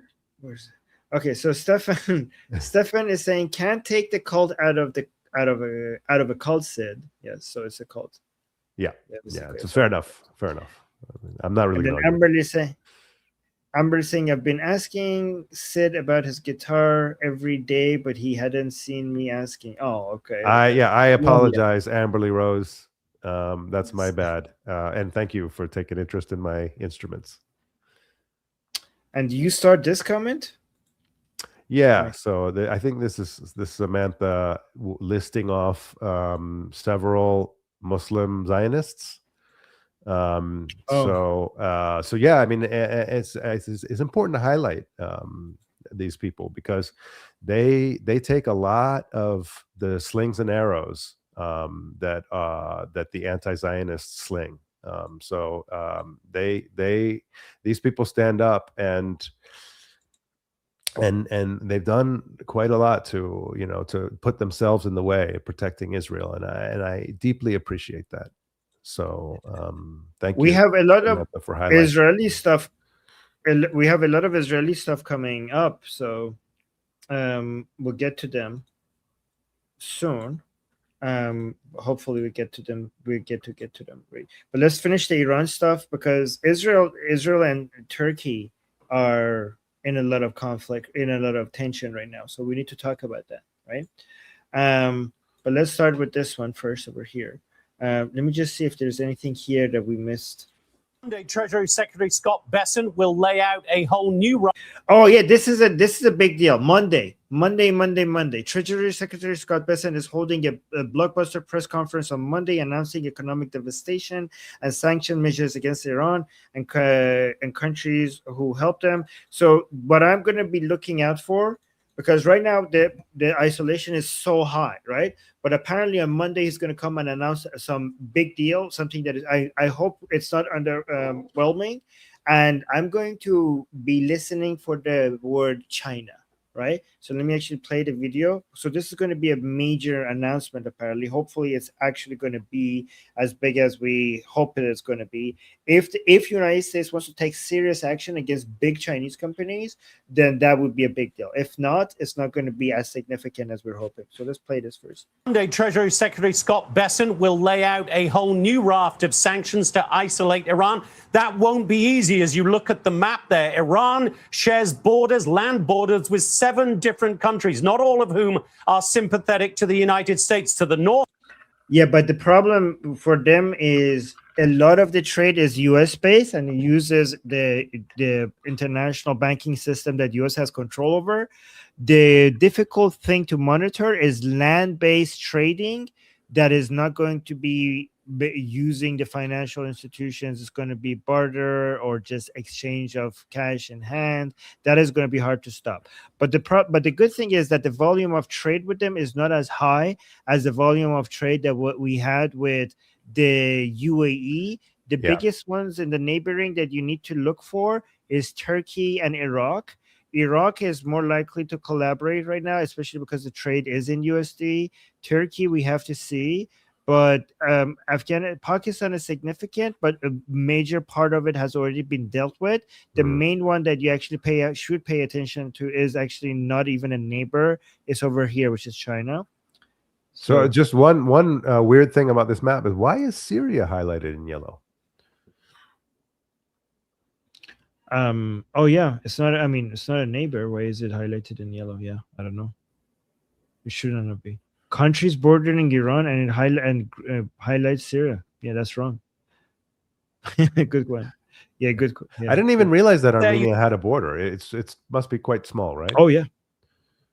Well, I mean, it's a very small border, and we don't even know if we have a border with Armenia anymore, because there's this tiny little border here. Didn't even is realize now it. being controlled by.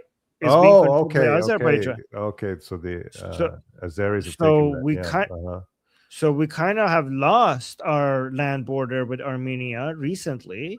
And this is something that we have to try to get back once the Islamic Republic falls. This is going to cause tensions between us and Azerbaijan, even after the Islamic Republic, because we want our land border with Armenia back. I see. I mean, technically we still do have a land border with Armenia, but it's now being controlled by Azerbaijan. So I see. I mean, we don't know if we have a land border with Armenia anymore. So And we have it's- this kind of this.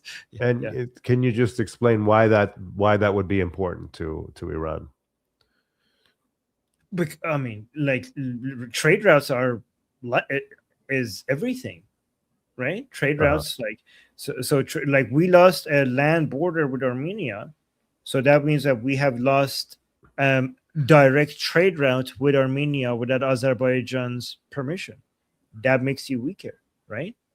Your trade routes are like the veins in the body of a country, right? When it comes to. But this is not a change to Iranian borders, right? This is something happening on the other side of the border.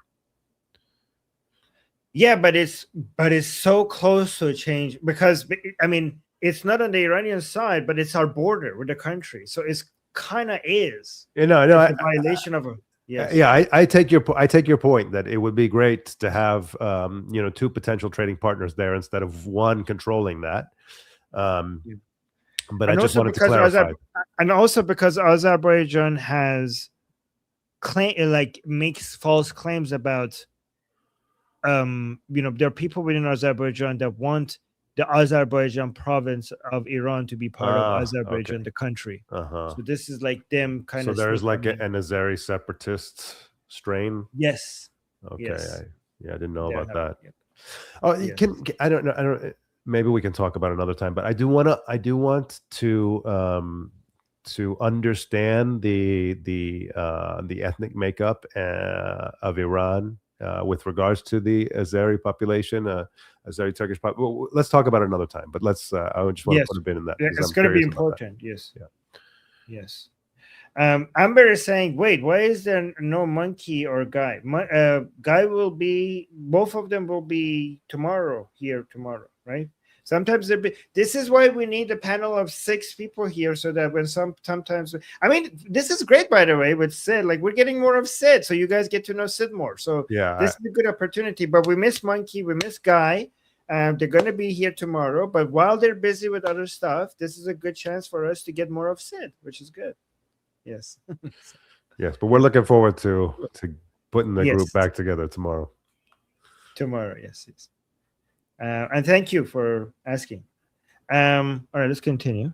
You see the Caspian Sea, that gives them a direct route into and out of Russia. There's also increasing use of rail links overland to China. So it will be interesting, guys, to see on Monday what proposals Scott Bessent may lay out for getting Russia and China on board with a new sanctions regime. Those two, of course, have very little interest in helping the U.S. Back to you guys. Monday, yeah, the most difficult and the most important by a huge mile would be China. It's China.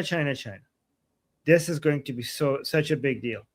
And China is not at all interested in helping out. So what pressure can United States put on China to make them not trade with the Islamic Republic? And a lot of people are saying that this is going to significantly impact U.S.'s economy if United States wants to really push China not to do this. But we'll see how hard or easy this is going to be. So Monday is very important to look forward to see what Scott Bessent has to say. Yeah, this definitely will be interesting. I mean, I think while it's true that China doesn't want to help us, China does have self-interest, and the U.S. does have leverage.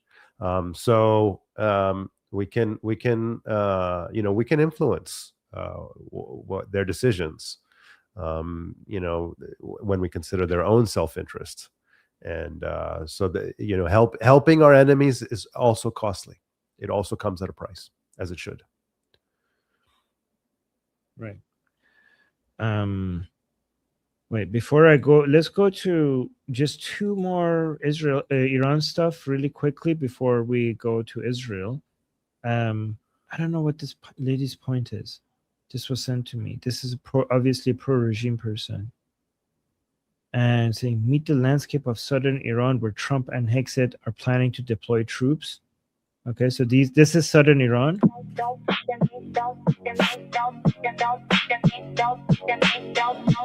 Okay, I could just mute this. Are just basically trying to suggest that it's going to be difficult? It does look difficult. Doesn't look. This part looks hospitable. The troops, yeah. This looks better. Yeah. But the other, the cliffs, yeah. So it looks like. So this part I see, I understand the point of this part. Like, okay, that's difficult. Very intimidating. But then I don't understand this part. Okay. Yeah. This part is not. I don't know. Maybe, so maybe wait, she's making some suggestions. About maybe she's like, don't go through. Maybe she's saying, don't go through here. Yeah. Go through here. Yeah. I don't understand the point. Okay. Yeah. Well, I guess thank you. Yeah, but Persian girl music is haram, so don't forget. Yes. Okay, and okay. So here, this last update on Iran before we go to Israel, saying Georgia refuses to adopt European Union sanctions against Iran. Okay, so we can keep a mental note of that. Yeah, in the future. All right. Anyways, these are European sanctions, so I guess that's EU. I mean, Georgia's not an EU member, so I suppose they wouldn't necessarily have to. I'm just assuming that it's EU, but yeah, I think it's probably EU. Yeah.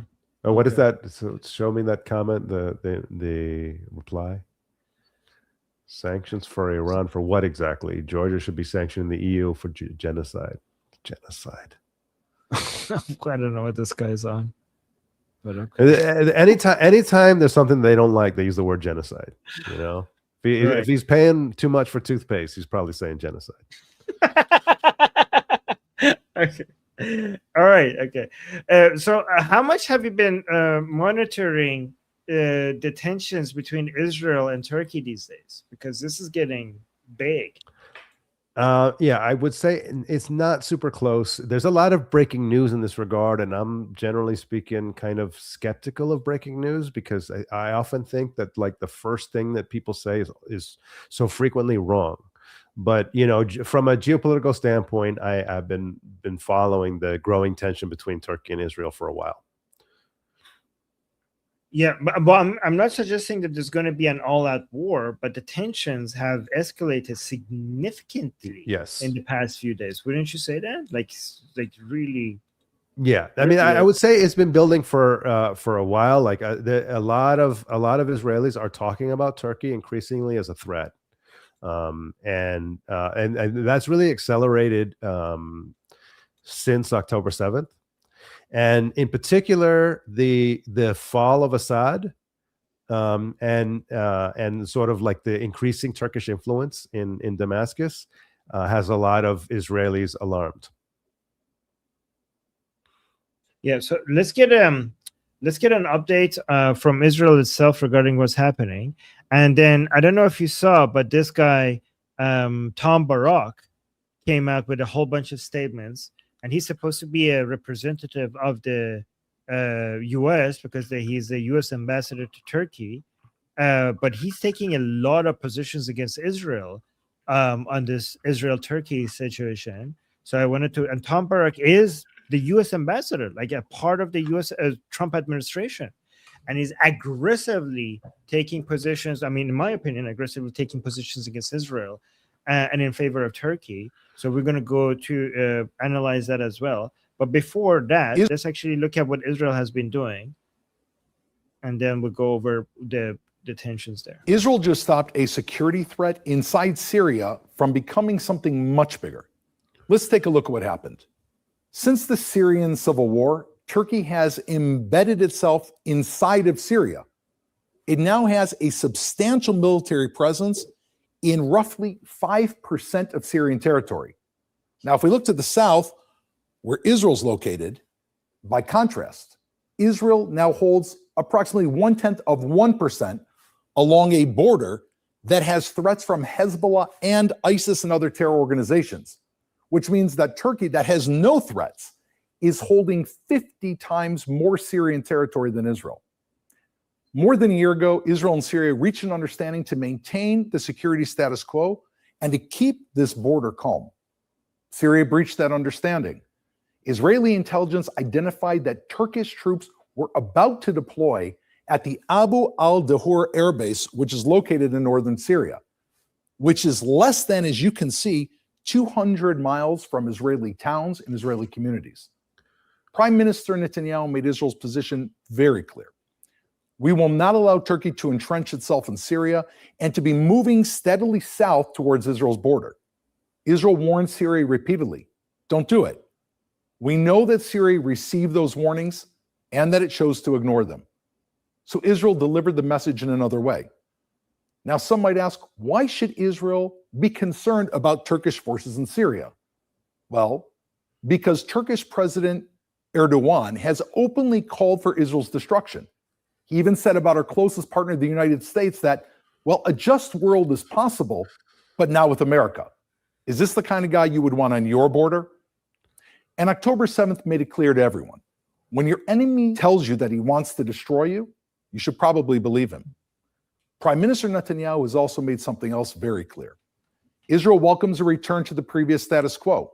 We are not looking for escalation, but neither Turkey nor any other country is going to threaten the state of Israel. Thoughts?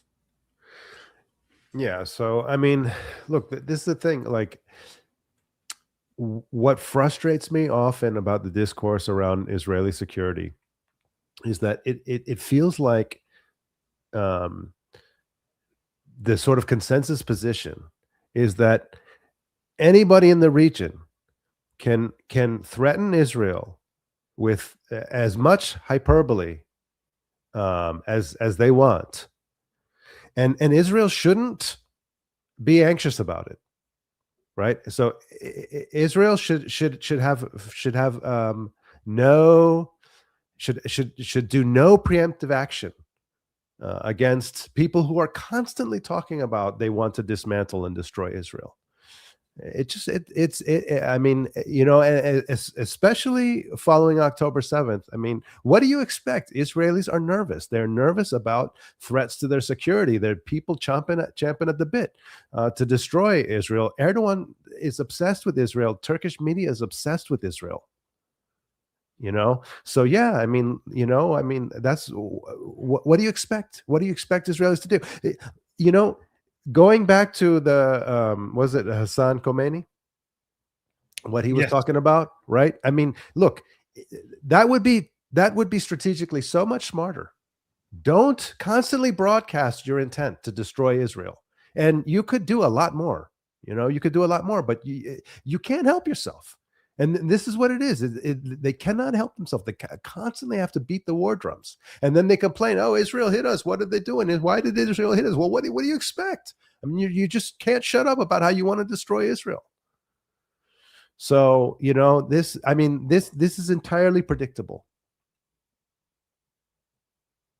Yeah, and I don't know if this is true or not, because this is posted, this is from today, and it says that Erdogan, like, this is Turkish, so I can't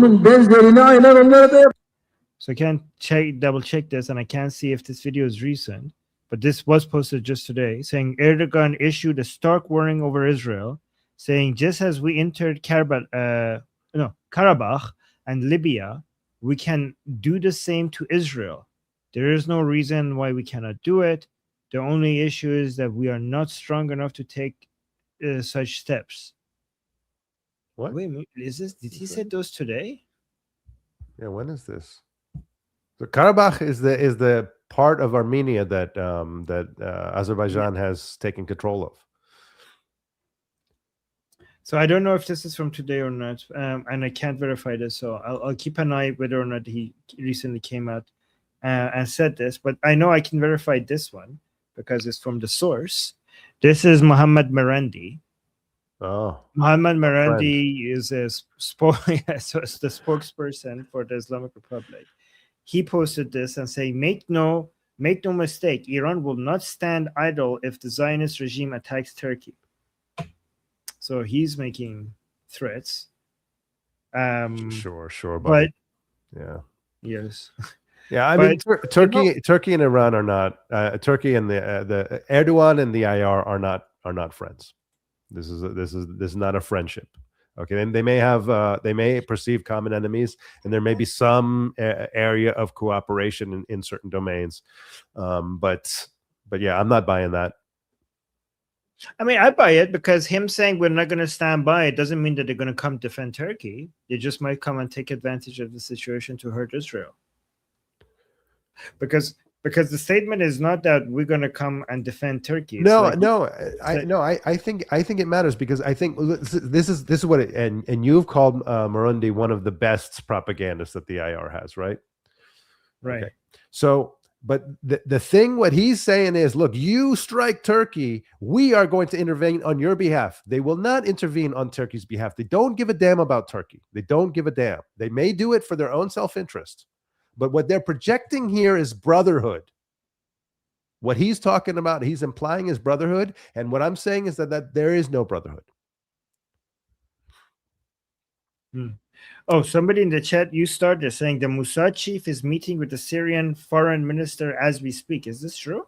I don't know. That's interesting, devastating for you. That's an interesting bit of news.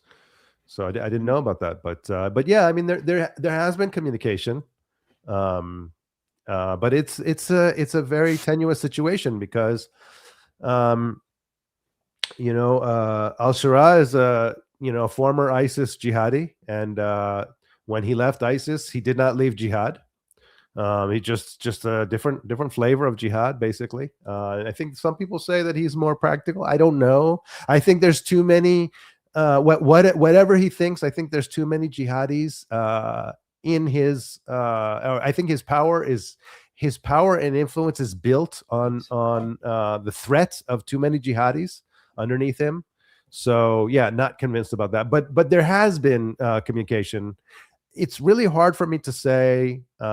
It does appear on the surface that relations with al-Shara and Israel are better than they were under Assad, but that's not saying much. Okay, that's not saying much. And I think in both cases it was complicated. There were even a lot of Israelis talking about like they were okay with Assad. They felt like Assad, even though he's an enemy and even though he's in an alliance with Hezbollah and with the IR, they felt like, okay, it's the devil we know. So yeah, so complicated in both regards. But there, I have heard that there is communication, and that's worth looking into. Thank you. Devastating for you. Yeah, by the way, that's just a username. It's not devastating for us. Okay, that's just a username. No, for you. Yeah. Not for me. Yes. By the way, look at this. This was Turkey moving. So this is an exaggeration, saying Turkey is preparing for war with Israel and transporting weapons to Syria. I mean, they are, but at the same time, I don't think they want to go into war with, like, Turkey and Israel do not want to go to war with each other.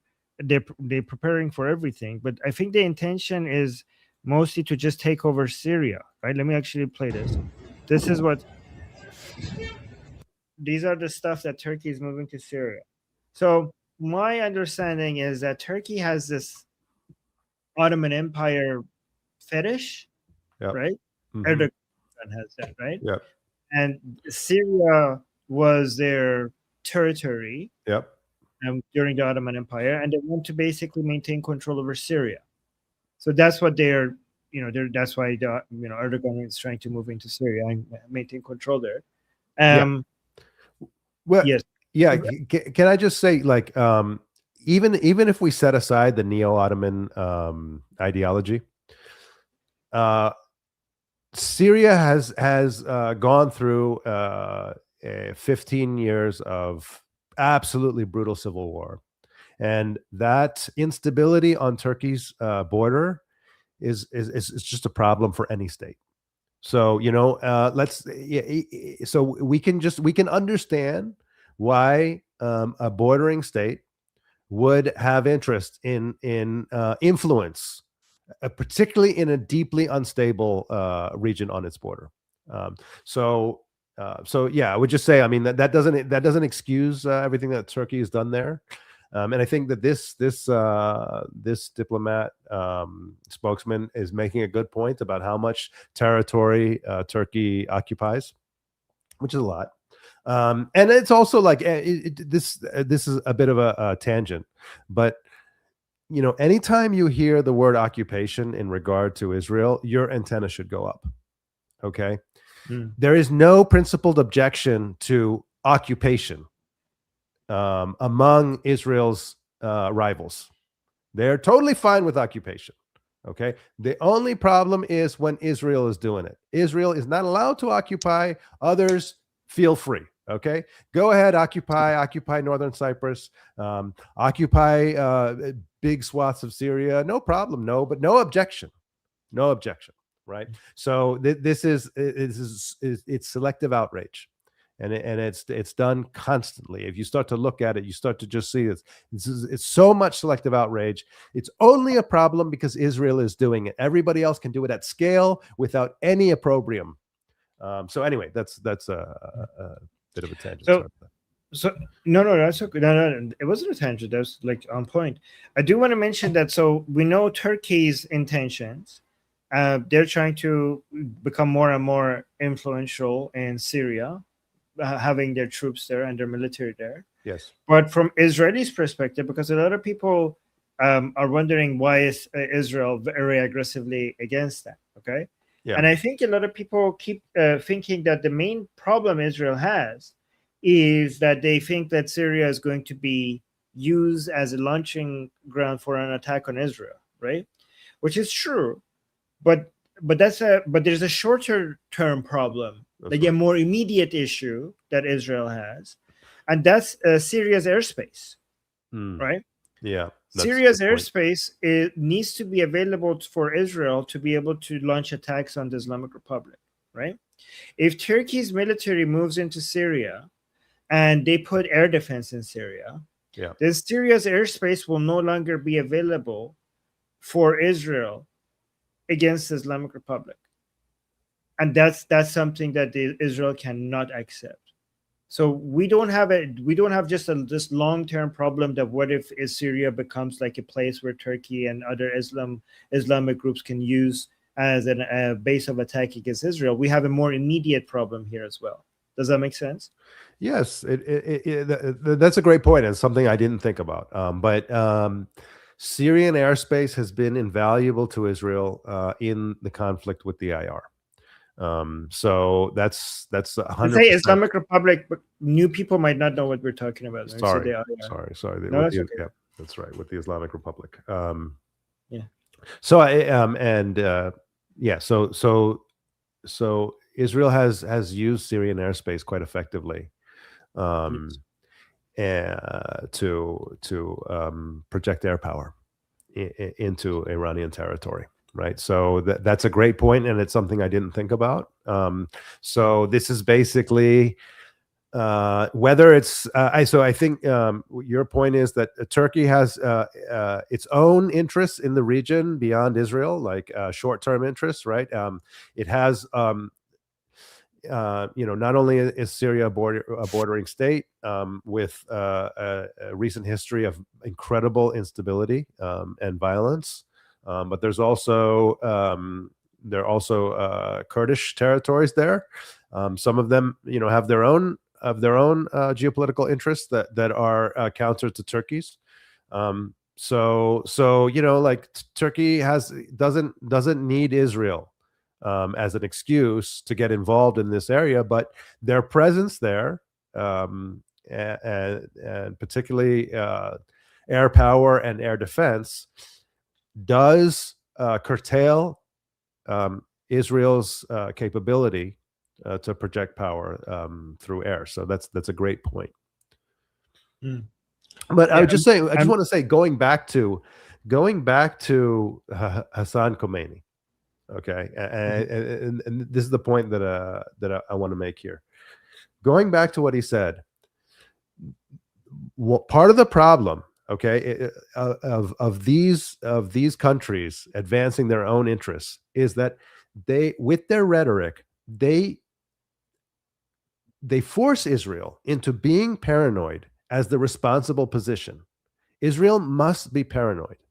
Okay, it has to be. I mean, I don't mean paranoid in the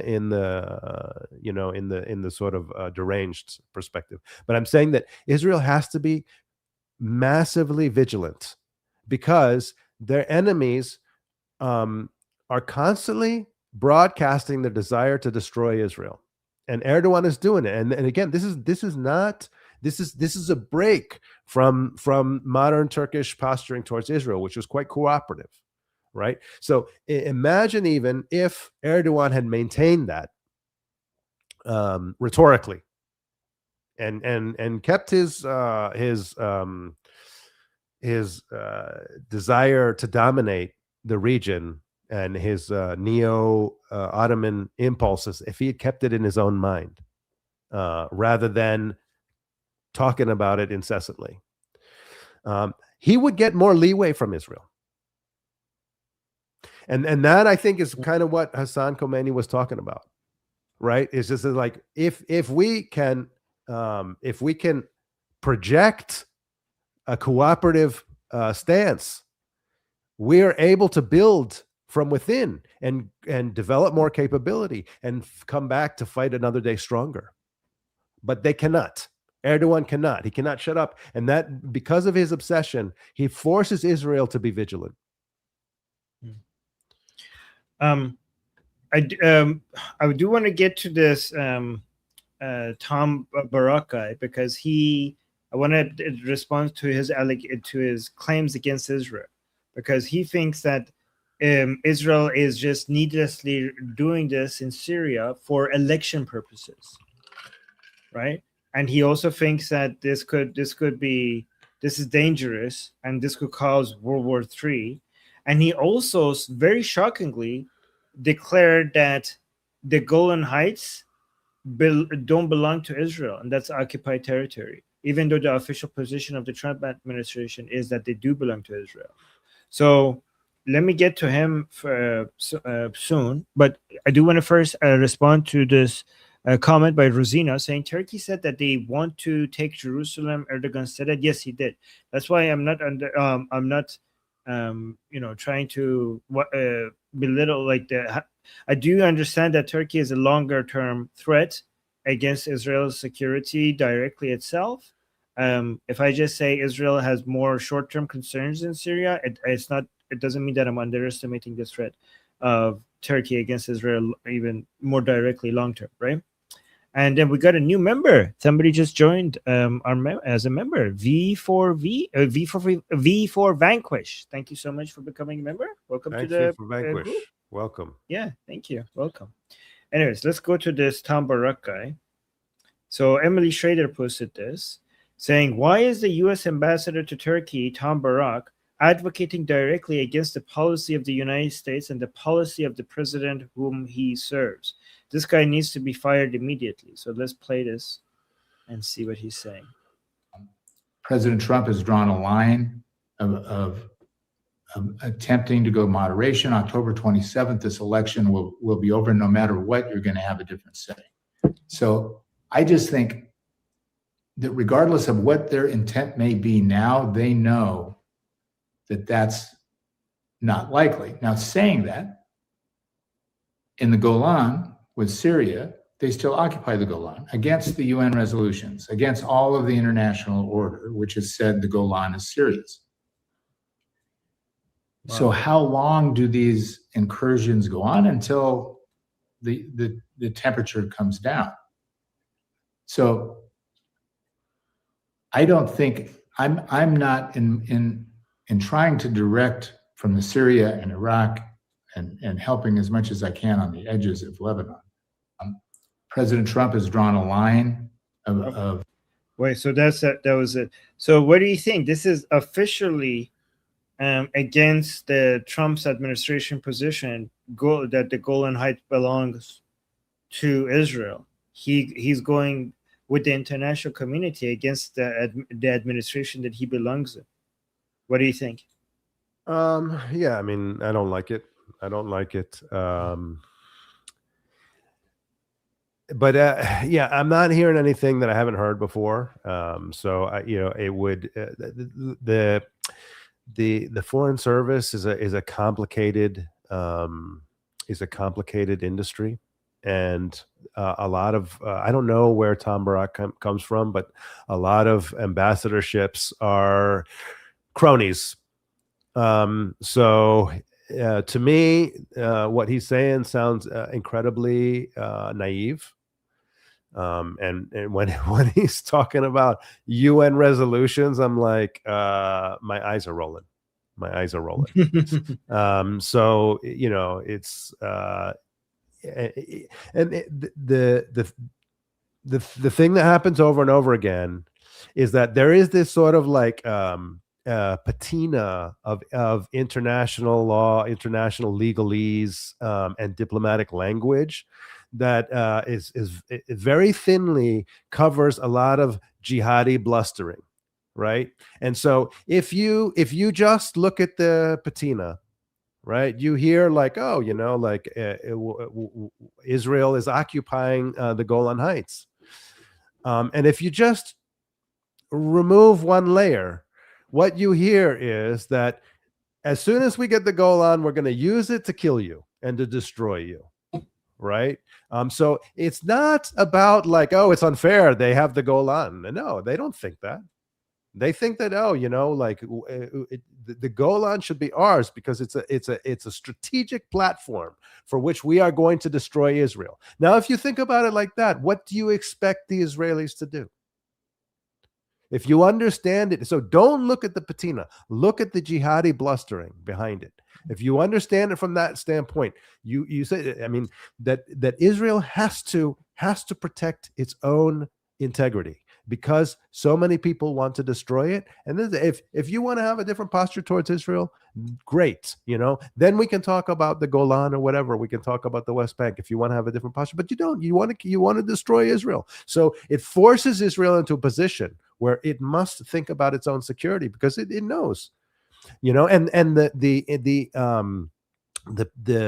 patina of this international diplomacy and so on is a lie. It is a lie that is intended to confuse and bamboozle Mario Naufal's audience. Okay, so they're doing it a service. And many of the people perpetuating these lies don't even know it. They don't even know it. They assume that, oh yeah, like all these resolutions. I mean, Israel must be in the wrong.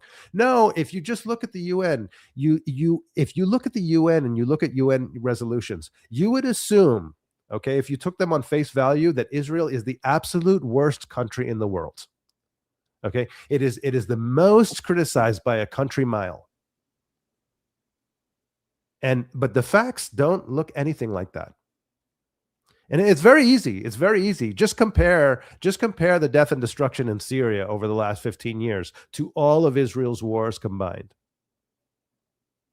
Yeah. Okay. The same is true of Yemen. The same is true of the Iran-Iraq war. The same is true of Russia, Ukraine. The same is true of Congo. The same is true of Sudan. There are many, many conflicts, okay, that dwarf all of Israel's wars combined. But you would not know that if you look at UN resolutions.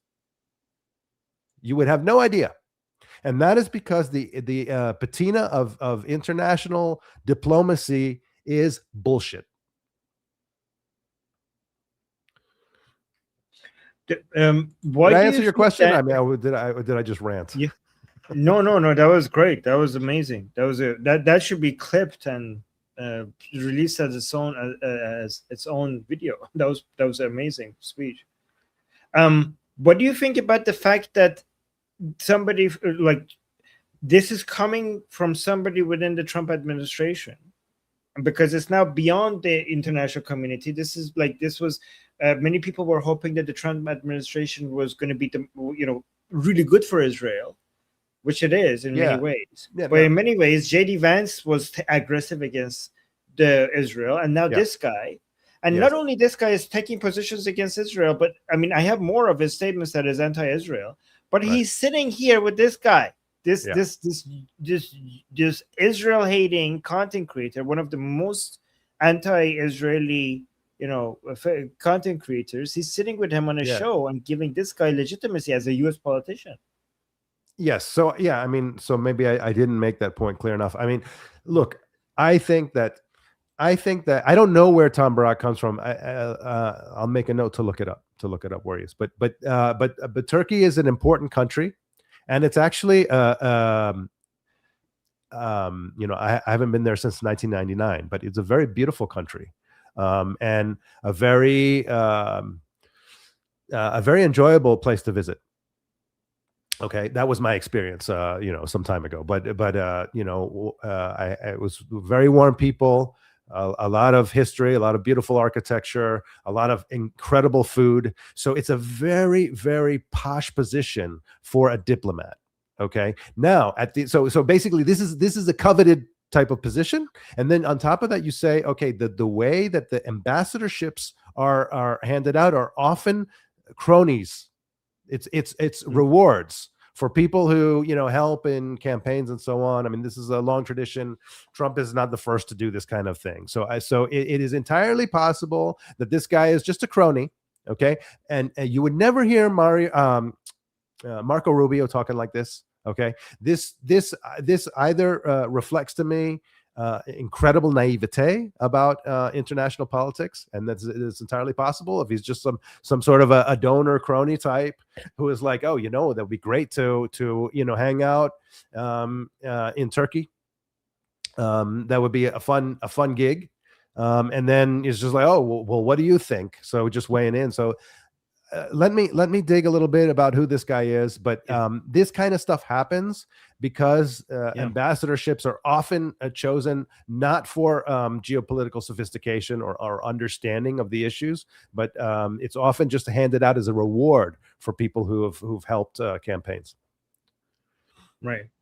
But in any case, this guy should be immediately fired, as Emily mentioned, in my opinion. Whatever his background is, like, he should be removed. So I mean, and I think in this regard, Trump has shown a degree of tolerance for sort of a chaotic messaging that is different. It is genuinely different from previous administrations, and I think it's one of those changes that I think it's for the worse, not for the better. But that's the case. And then and often, like we've seen often, Trump himself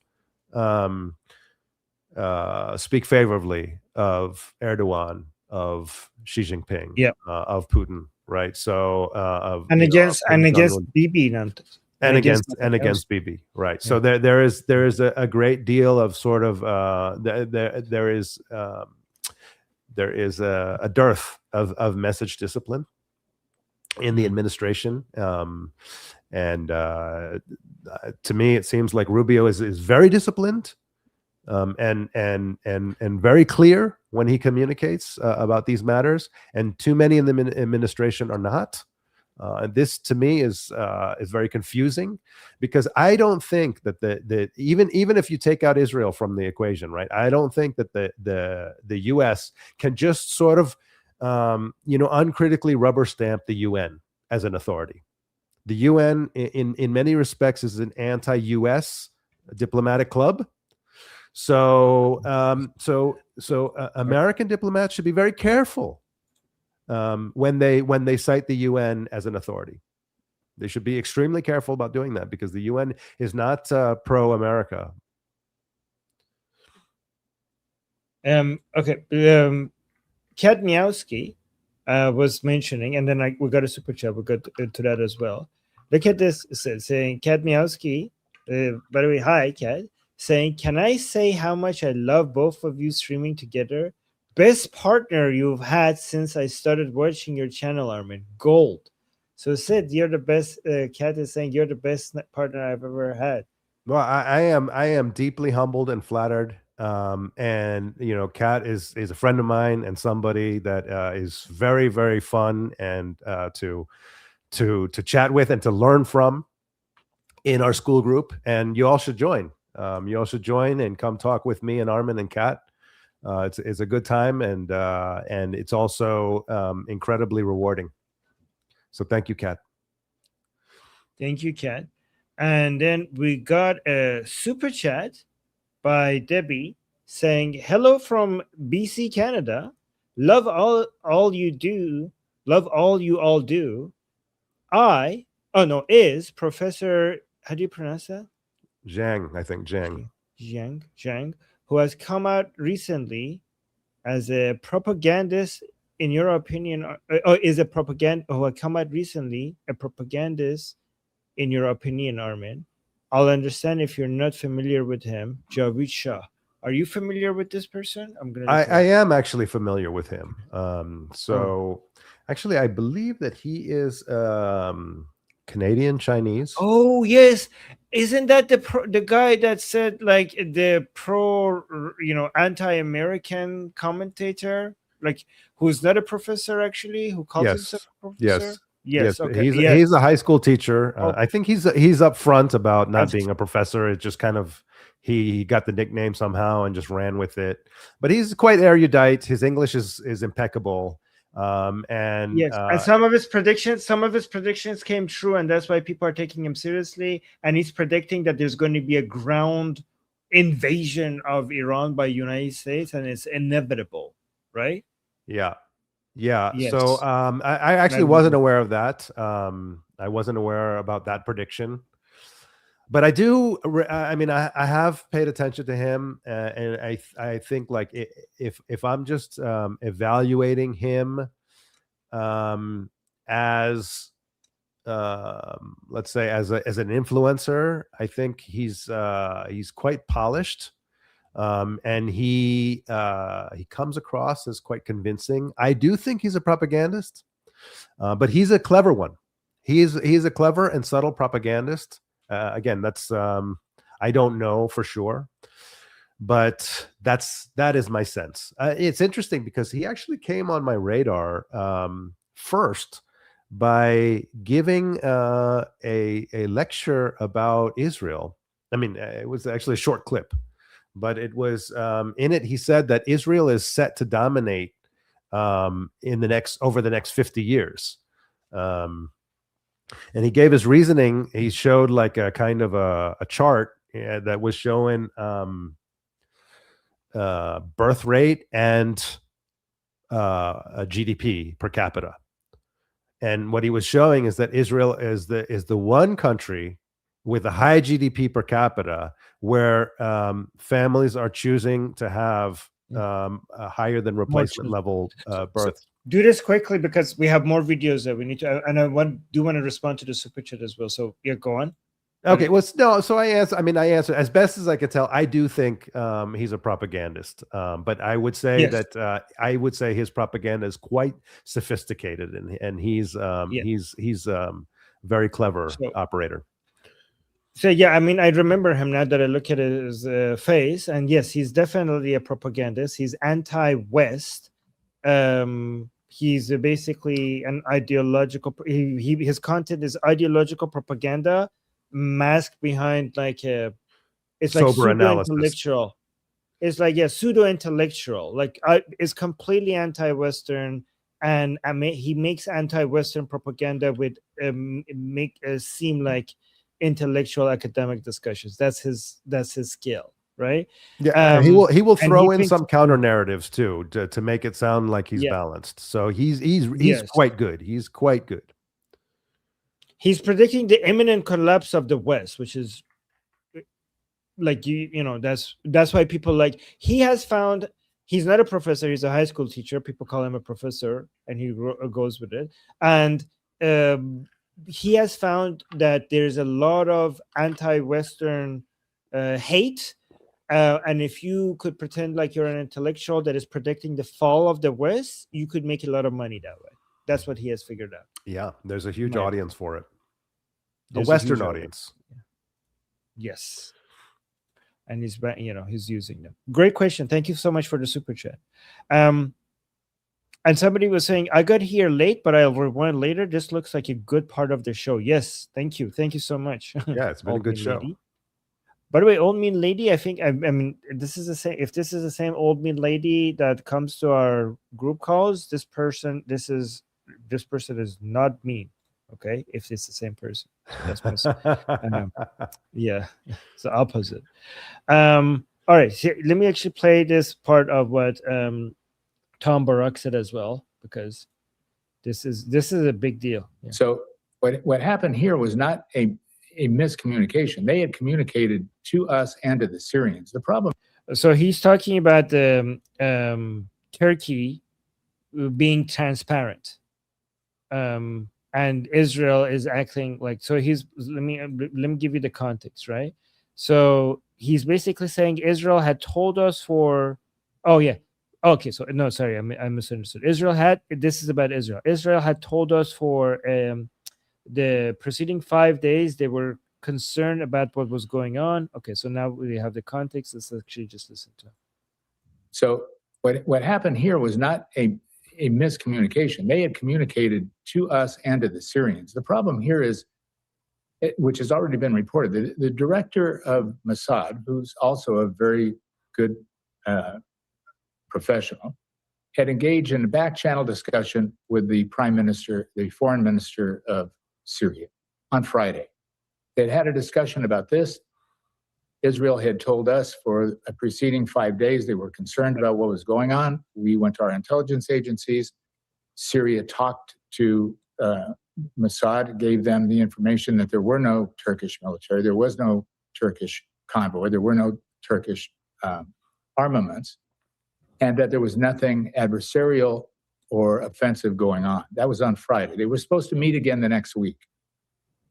The Syrians, the Americans, all thought that was going to be a continued dialogue. We had set up a fusion cell. They need to keep discussing it. And something went awry, and Israel decided that they needed to bomb the craters on 2 runways. The problem with this is Turkey did not know it was coming.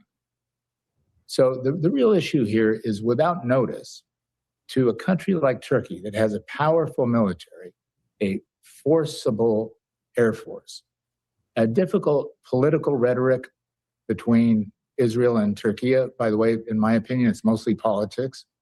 But it came 80 kilometers to their border without notification, Israeli jets. But I don't understand. Why is he so upset that they didn't get a notice? Like, isn't that how you're supposed to do military operations? Like, why would you give them notice before you're bombing something? Yeah, I would just say from an Israeli perspective, or let's say pro-Israeli perspective, everything he just said is retarded.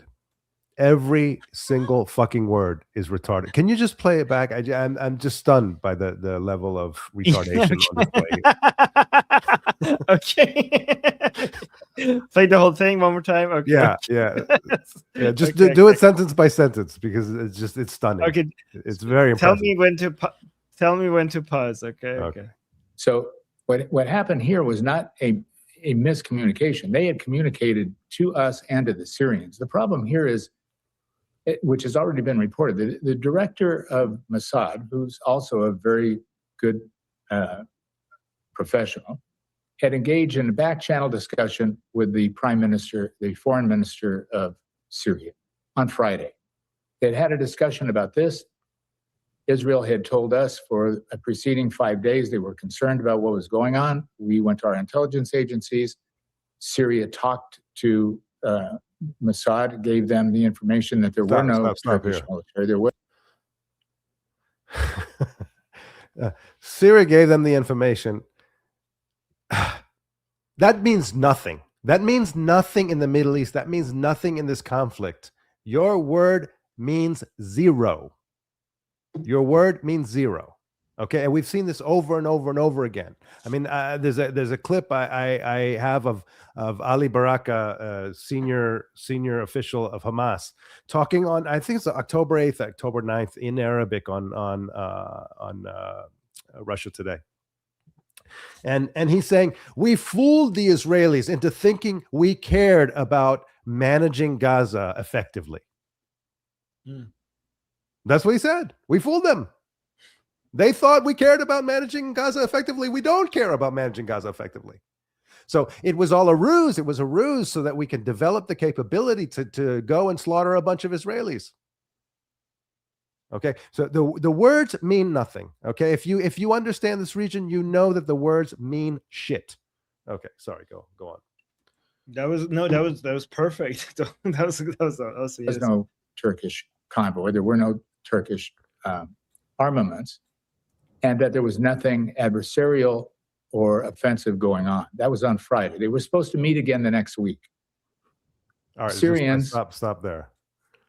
There's nothing adversarial. I mean, okay, so I think you have to understand, okay, if you are on the other side of this, okay, Israel is in a position where it must act before even it can determine whether it's adversarial or not. It must do that because so many of the actions that claim to be not adversarial are. This is the stance that you forced on Israel. If you want different behavior from them, you have to adjust your approach. Okay? But this just doesn't fly. It doesn't fly in Israel. There's no way that you can do that. There's no way you can expect them to buy this. Okay. Sorry. Don't say sorry. This is, people are loving your takes. We're like, look at this. This is gold. Okay. The Americans all thought that was going to be a continued dialogue. We had set up a fusion cell. They need to keep discussing it. And something went awry, and Israel decided that they needed to bomb the craters on 2 runways. The problem with this is Turkey did not know it was coming. So the real issue. Do I even have to say anything here? Do I? I mean, to be fair to this moron, okay, Israel often does broadcast where it's going to strike. Okay, it often does that, and it's not because it's any strategic advantage to Israel. Okay, Israel does that because it actually does try to minimize civilian harm. And people can say, oh, what are you talking about? They killed so many people, so many children, blah, blah, blah. Again, look at the conflicts in the area. Look at Yemen. Look at Sudan. Look at Syria. How many times were there leaflets? Were there roof knocks? Were there cell phone calls? Were there humanitarian corridors? Were there any kind of food aid shipped in? Okay, how many times did that even happen once by any of the combatants in any of those conflicts? Okay, so you can scoff at Israel's actions in this regard, but it is more than anybody. It is documented more than anybody else. Okay, so show me somebody else doing it better, and then we can talk. But until then, I'm not buying it. Okay, so yeah, going back to this. If Israel suspects that there is potentially hostile military activity going on there, they're going to strike, and they're not going to tell fucking Turkey that they're going to strike. That is peak retardation right there. Yeah. Issue here is without notice to a country like Turkey that has a powerful military, a forcible air force, a difficult political rhetoric between Israel and Turkey. By the way, in my opinion, it's mostly politics. Okay, stop. But it came 80. Okay, it's mostly politics. All right, look, that's easy for you to say. I mean, that is easy for you to say as an American with sitting on a huge piece of land with 2 oceans, okay, with pretty friendly and pretty compliant neighbors. Okay, this is very easy for you to say that. Israel is not in that position. Okay, when you're constantly obsessed with broadcasting your desire to destroy Israel. It's even if it is just politics, Israelis cannot just be just wave it off and say, it's posturing, blah blah blah. They just can't do that. They can't do that. What you're gonna have to do is, if you want Israel to take a much more cooperative posture towards you, you're gonna have to dial down the rhetoric massively. You're gonna have to dial down the rhetoric massively if you're ever going to convince Israelis that your intention is not to destroy them. And I don't think that you can do it. I don't think that you can stop yourself, even at the expense of violating your own prophet's guidance. You still cannot do it. You have to constantly go off about Israel. And that's the problem. The rhetoric and the action is all pointing in one direction. Go ahead. Kia, by the way, in my opinion, it's mostly politics. But it came 80 kilometers to their border without notification, Israeli jets. But so he, in the next video, he makes it more clear what he means that it's Israeli politics, right? Because I think he means that it's about the elections. He thinks it's about the upcoming October elections in Israel. So let me actually not put words in his mouth. Let me see if it clarifies over here. Could shoot down Israeli planes that would be flying toward Iran. Look, Israel is smart. They have one of the best intelligence organizations in the world. We all have great respect for them. We also understand they're in an election cycle, that these kind of issues, which they have everywhere, which is unfortunate, can cause them to have a rational judgment on all these issues. But the way to handle that is to have a discussion with Turkey on a back channel or front channel, rather than taking independent action. Turkey said. So I don't know if it's here or not, but he makes it more clear what he means. He also means that Netanyahu, Kat, let me know if this is accurate or not in the chat, and other Israelis, let me know. He thinks that Israel attacked Turkey because Netanyahu wants to show, I don't know, some, a strength for the upcoming elections. Is that right, Kat, in the chat? Let me know. But I mean, he kind of made it somewhat clear here as well. Like, he's like, yeah, I know it's an election cycle, and this is why sometimes they make irrational decisions. Yeah, so Kat says no. So all right, so like to be fair, there is Israeli internal politics. It's quite contentious, and there is pressure. There is pressure on Netanyahu in various directions, but one of them is, can you demonstrate your independence? Can you demonstrate your strategic independence with regards to the U.S.? And if you look at it from that frame, then you can sort of say like this: okay, this might be campaign posturing, and that this is the kind of response, this is the kind of messaging out of the U.S. administration that serves Netanyahu's claim that he is operating independently. But I would just I still feel that Israeli vigilance against the encroachment of a rhetorically a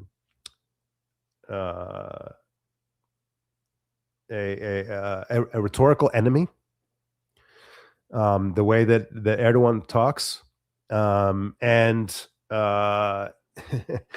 and al-Shara, and really all of the combatants in the Syria arena.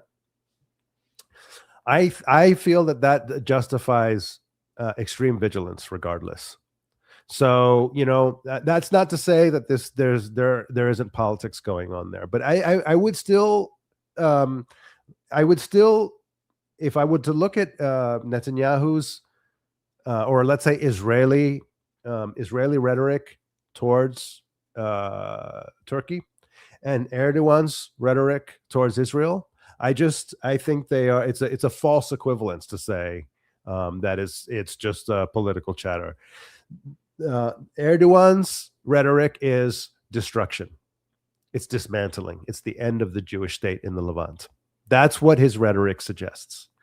Nothing coming out of Israel, I mean, other than some crazies, nothing coming out of Israel is anything like that.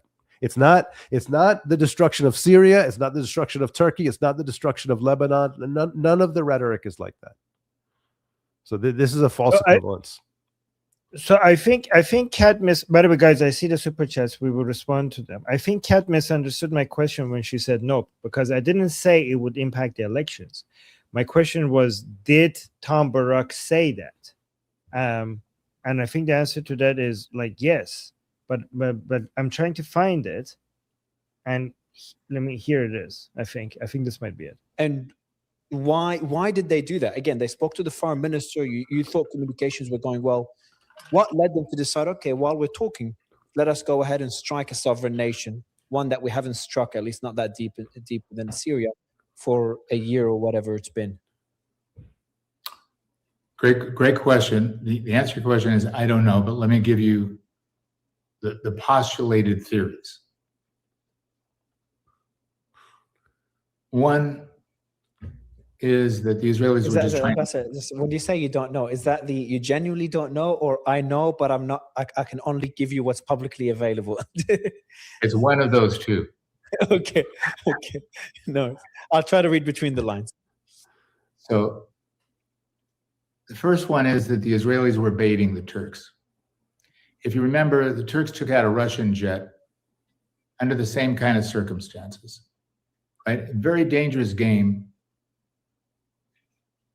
having jets deployed on the border without notification, without some agreement. That was the serious and worrying part, because I know that the Turks, their intelligence agency, their hierarchy, their foreign minister, the president, the head of intelligence, all are concentrating on restraint. It really is. That's a fact. They're not predatory. They're not interested in attacking or even engaging in any kind of kinetic or adversarial relationship with Israel. It's not good for the region. It's not good for them. Everybody is looking for an off-ramp someplace. In Turkey's mind, the off-ramp more than Iran is a Palestinian solution, right? That's really the problem in the Turkish population and the Islamic population. You talk about it all the time, is that. So one theory is they were just baiting Turkey, that it's a very aggressive but maybe a well-received pre-election concept. That's one theory. The other look how Mario they both loves that. smiling. Mario is loving that. Yes. They're both Look at him. Look at him. Yes. He's gonna watch this clip later. He made the Just Jew for hater smile. amusement. Wow. Look, and then when he noticed his smile, like he smiled as well. They're both very happy. Oh, Yeah. the Jews. He's like, oh man, The that is Jews tasty. are starting war for election purposes. That's what we want to hear. He's- Mario's like, this is what we want to hear. That's what we want to hear. These people start war for their own And politics. Tom Barak is like, yeah, you should have me on more often. Yeah. I'm gonna give you plenty of this. Yes.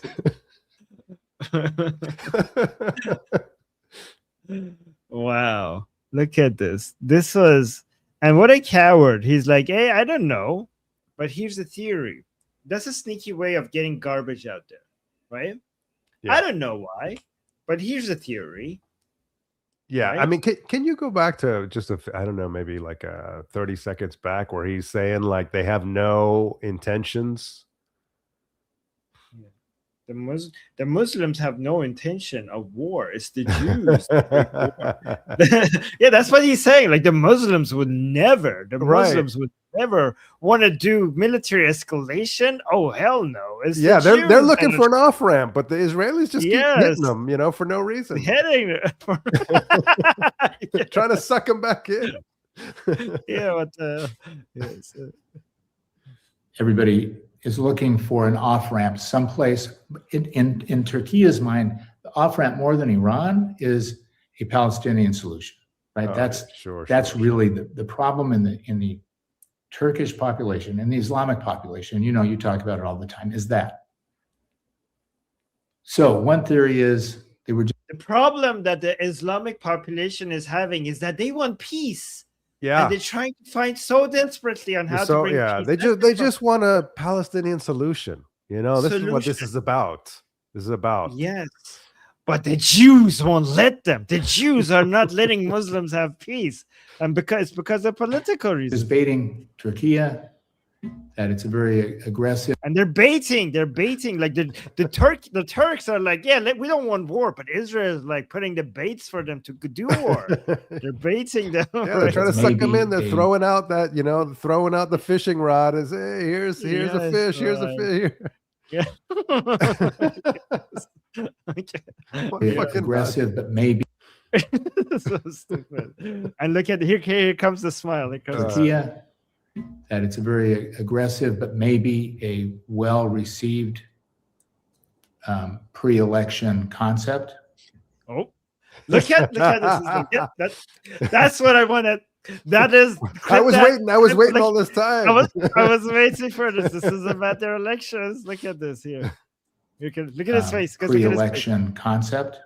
Yeah, there we go. That's That's one theory.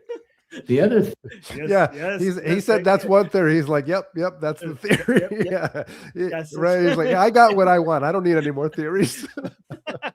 we could just end the show right here. Wow. Job done. Job done. Yeah. Done. Clip it and ship it. Clip it and ship it. And by the way, guys, like this is being now. This one thing that he did, he just said. This 3 things that came out of this interview. One, that this is the Israelis just trying to do war for their elections, and you know, I mean the main 2 parts, and also the Golan Heights belonging to Syria, not Israel. This podcaster, this anti-Israeli podcaster, has now made a U.S. politician go on record and make these 2 claims. And that's why now he knows how big of a deal this is, because these 2 things have been quoted like in everywhere else, like on Iran International, CNN, Reuters. Everybody is now referring to this interview that Tom Barak did with this evil mother tucker over here, right? And this Mario Nafal, this is really good for his credibility right now. Yeah, and I would just say, I mean, this is yet another example of how much of Israel discourse is just built on stacks of lies, and the lies go so deep that it's like most people don't even realize. Just because there's so many bald-faced lies stacked on top of each other, all given this institutional imprimatur, right? All given credibility. And then, of course, it adds up to like, man, these Israelis are nuts. You know, they're just constantly warmongering. What's going on there? Yeah, I mean, if you construct the narrative on stacks and stacks and stacks of lies, then the reality just looks so bizarre. Reality doesn't make sense anymore because you are your whole framing, your whole worldview is tons and tons of lies. And that's what's happening here. That's what people look at it and they're like, this doesn't make sense. Why would Israel do this? Why would Israel do this? But the reality, if you look at the reality, you see that, I mean, Israel has to do this. This is what Israel has to do. Yeah. And they have to be extremely vigilant because everybody wants to destroy them. Exactly. We do need to respond to the super chats because we're getting close to the 3-hour mark. V for Vanquish gave us a super sticker, and also V for Vanquish gave. By the way, that's actually a really cool name. That is a cool name. Yeah, now that I think about it, with a super chat saying, "What do you think Trump should do about Erdogan? So the current strategy is that they're working with Erdogan as a way to make moves in Syria. The United States is very interested in stability in Syria for many reasons, including trade routes and energy trade routes specifically, and pipes through Syria.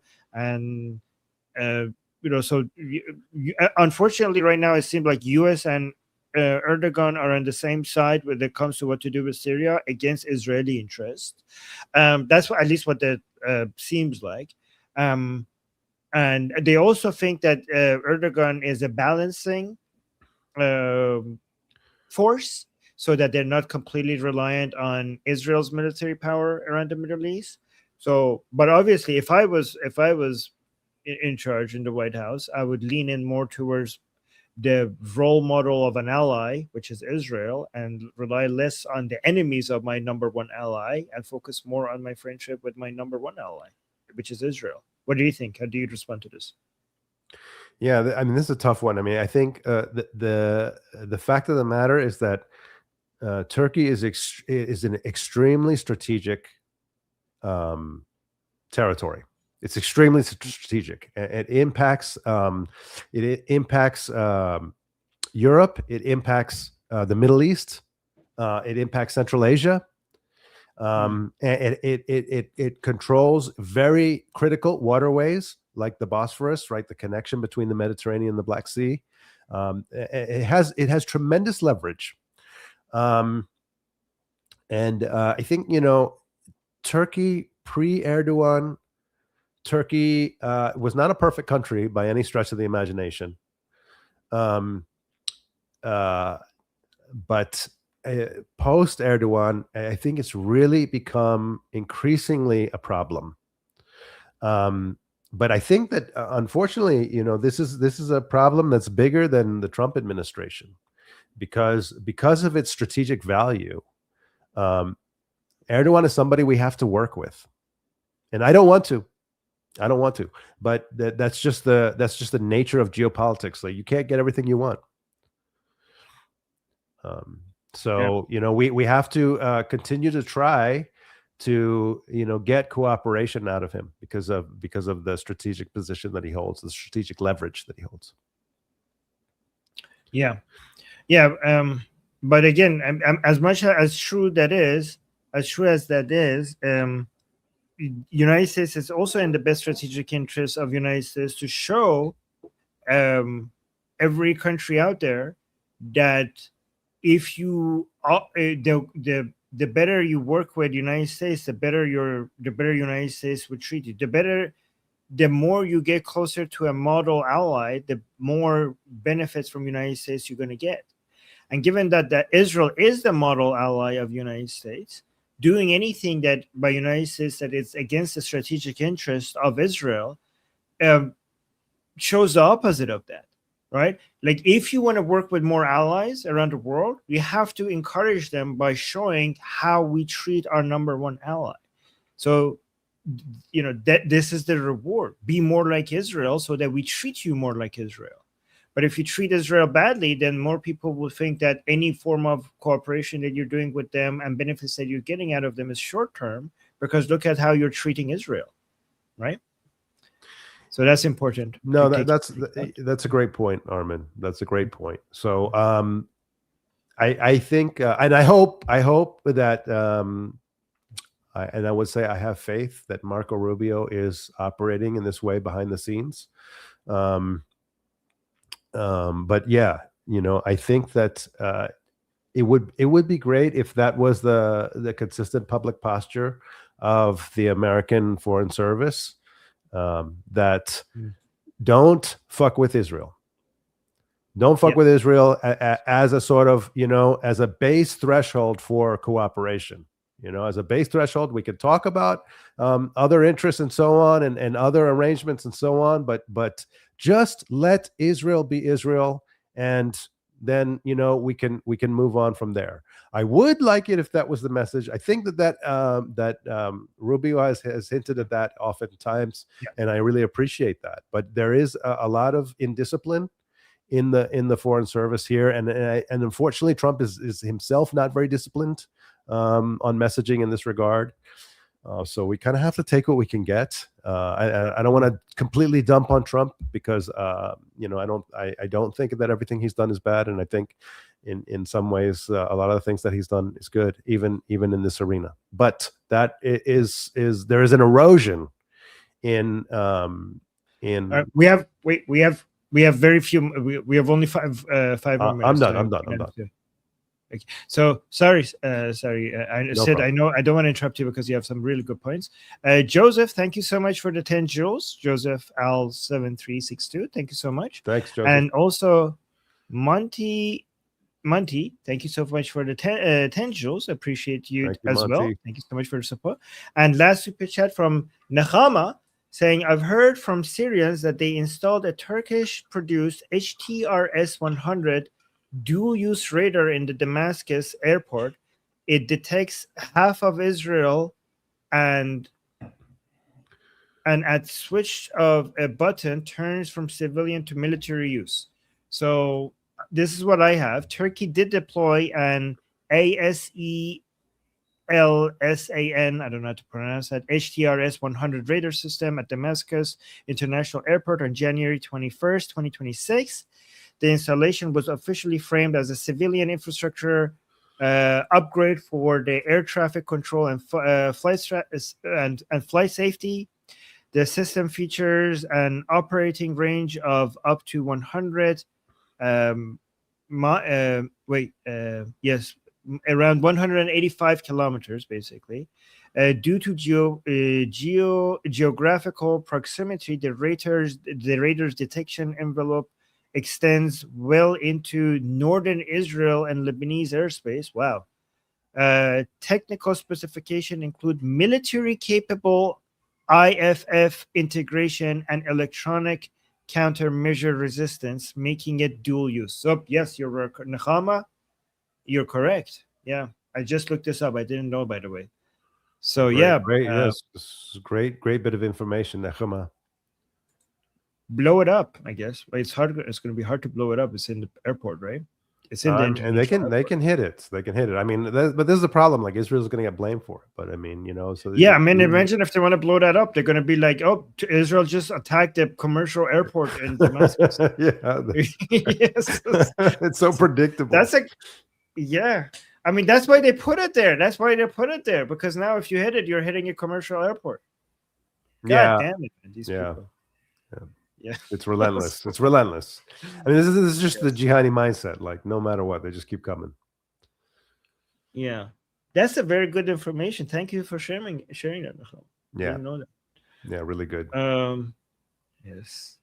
Oh, Amir is saying the Druze will help Israel out. The Druze will help the Jews. Well, the Druze, they contribute a ton. They are massive contributors to Israeli security, and I mean, Israeli Jews are grateful to their Druze brothers and sisters who fight like hell. Yes. So they love each other so much. Sometimes I'm like, get a room, not in front of everyone. They're so in love with each other. I'm like, oh my God. All right. I'm just being, it's cute. Your besties, exactly. Hey. Okay. Hey, I'm just joking. All right, guys. Okay, this was fun, guys. Appreciate Sid, will you be in our group discussion later today? Yes, I'm coming. Guys, he is. So I will be in our group call later today. So guys, the link to our discussion group is in the description. It's also in the QR code in the top left corner of the screen. So come and talk to us there. We have group calls there every single day. So I'm almost there. I'm there almost every day, and Sid is there almost every day. So come and talk to us. It's going to be in 1 hour. And if you're not going to be there, you could just watch it live on Liberty Politics YouTube channel. So make sure you subscribe and hit the bell notification, because we're going to go live again in 1 hour, and we're going to have a discussion there in the chat with everyone. Yeah. All right, guys. So just before you sign off, I just want to say thanks to everyone in the chat. Thanks to the mods. and even thanks to the haters. Yes, yes. Yes, and say good show. Thank you, guys. Old mean lady, not being mean at all. Again, I as usual, appreciate that, old telling mean us lady. yes, and thank you. All right, guys. See you guys in 1 hour, and until then, I'm Israel Chai, Slava Ukraine, Cuba Libre, Taiwan GIO, Long Live America, Javicha Payende, Iran. Mwah. See you guys.